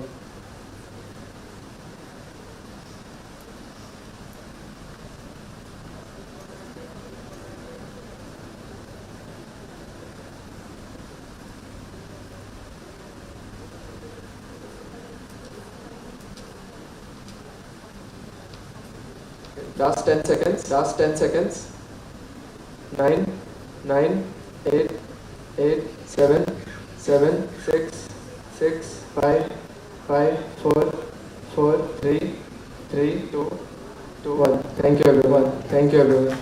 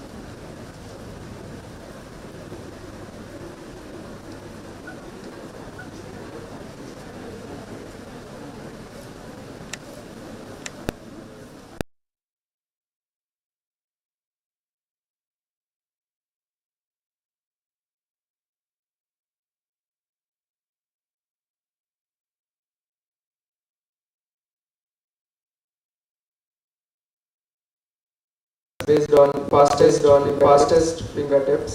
Okay.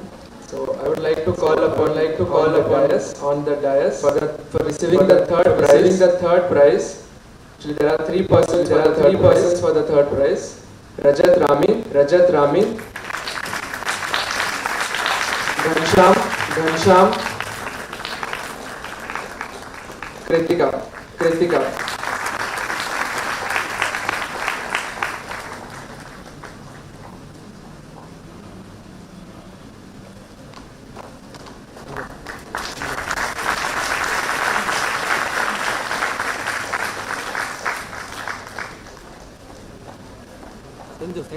Senjo, side uva.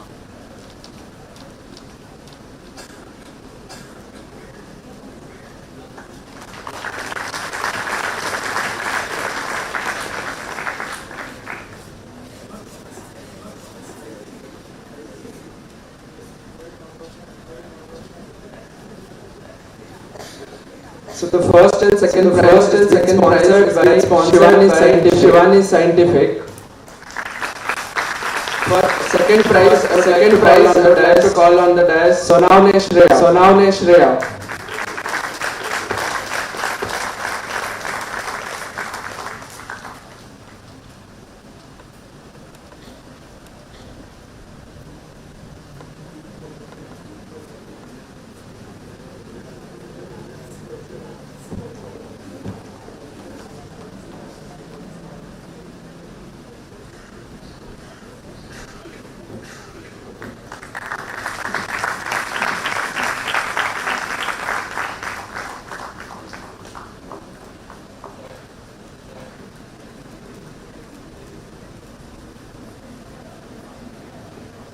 So for the first prize, I would like to call is Aishwarya S.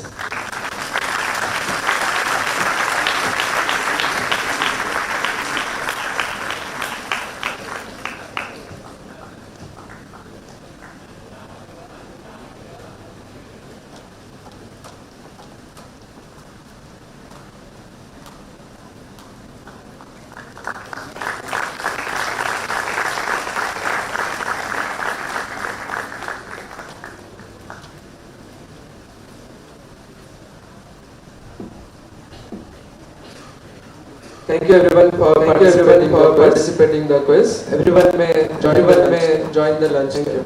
Thank you.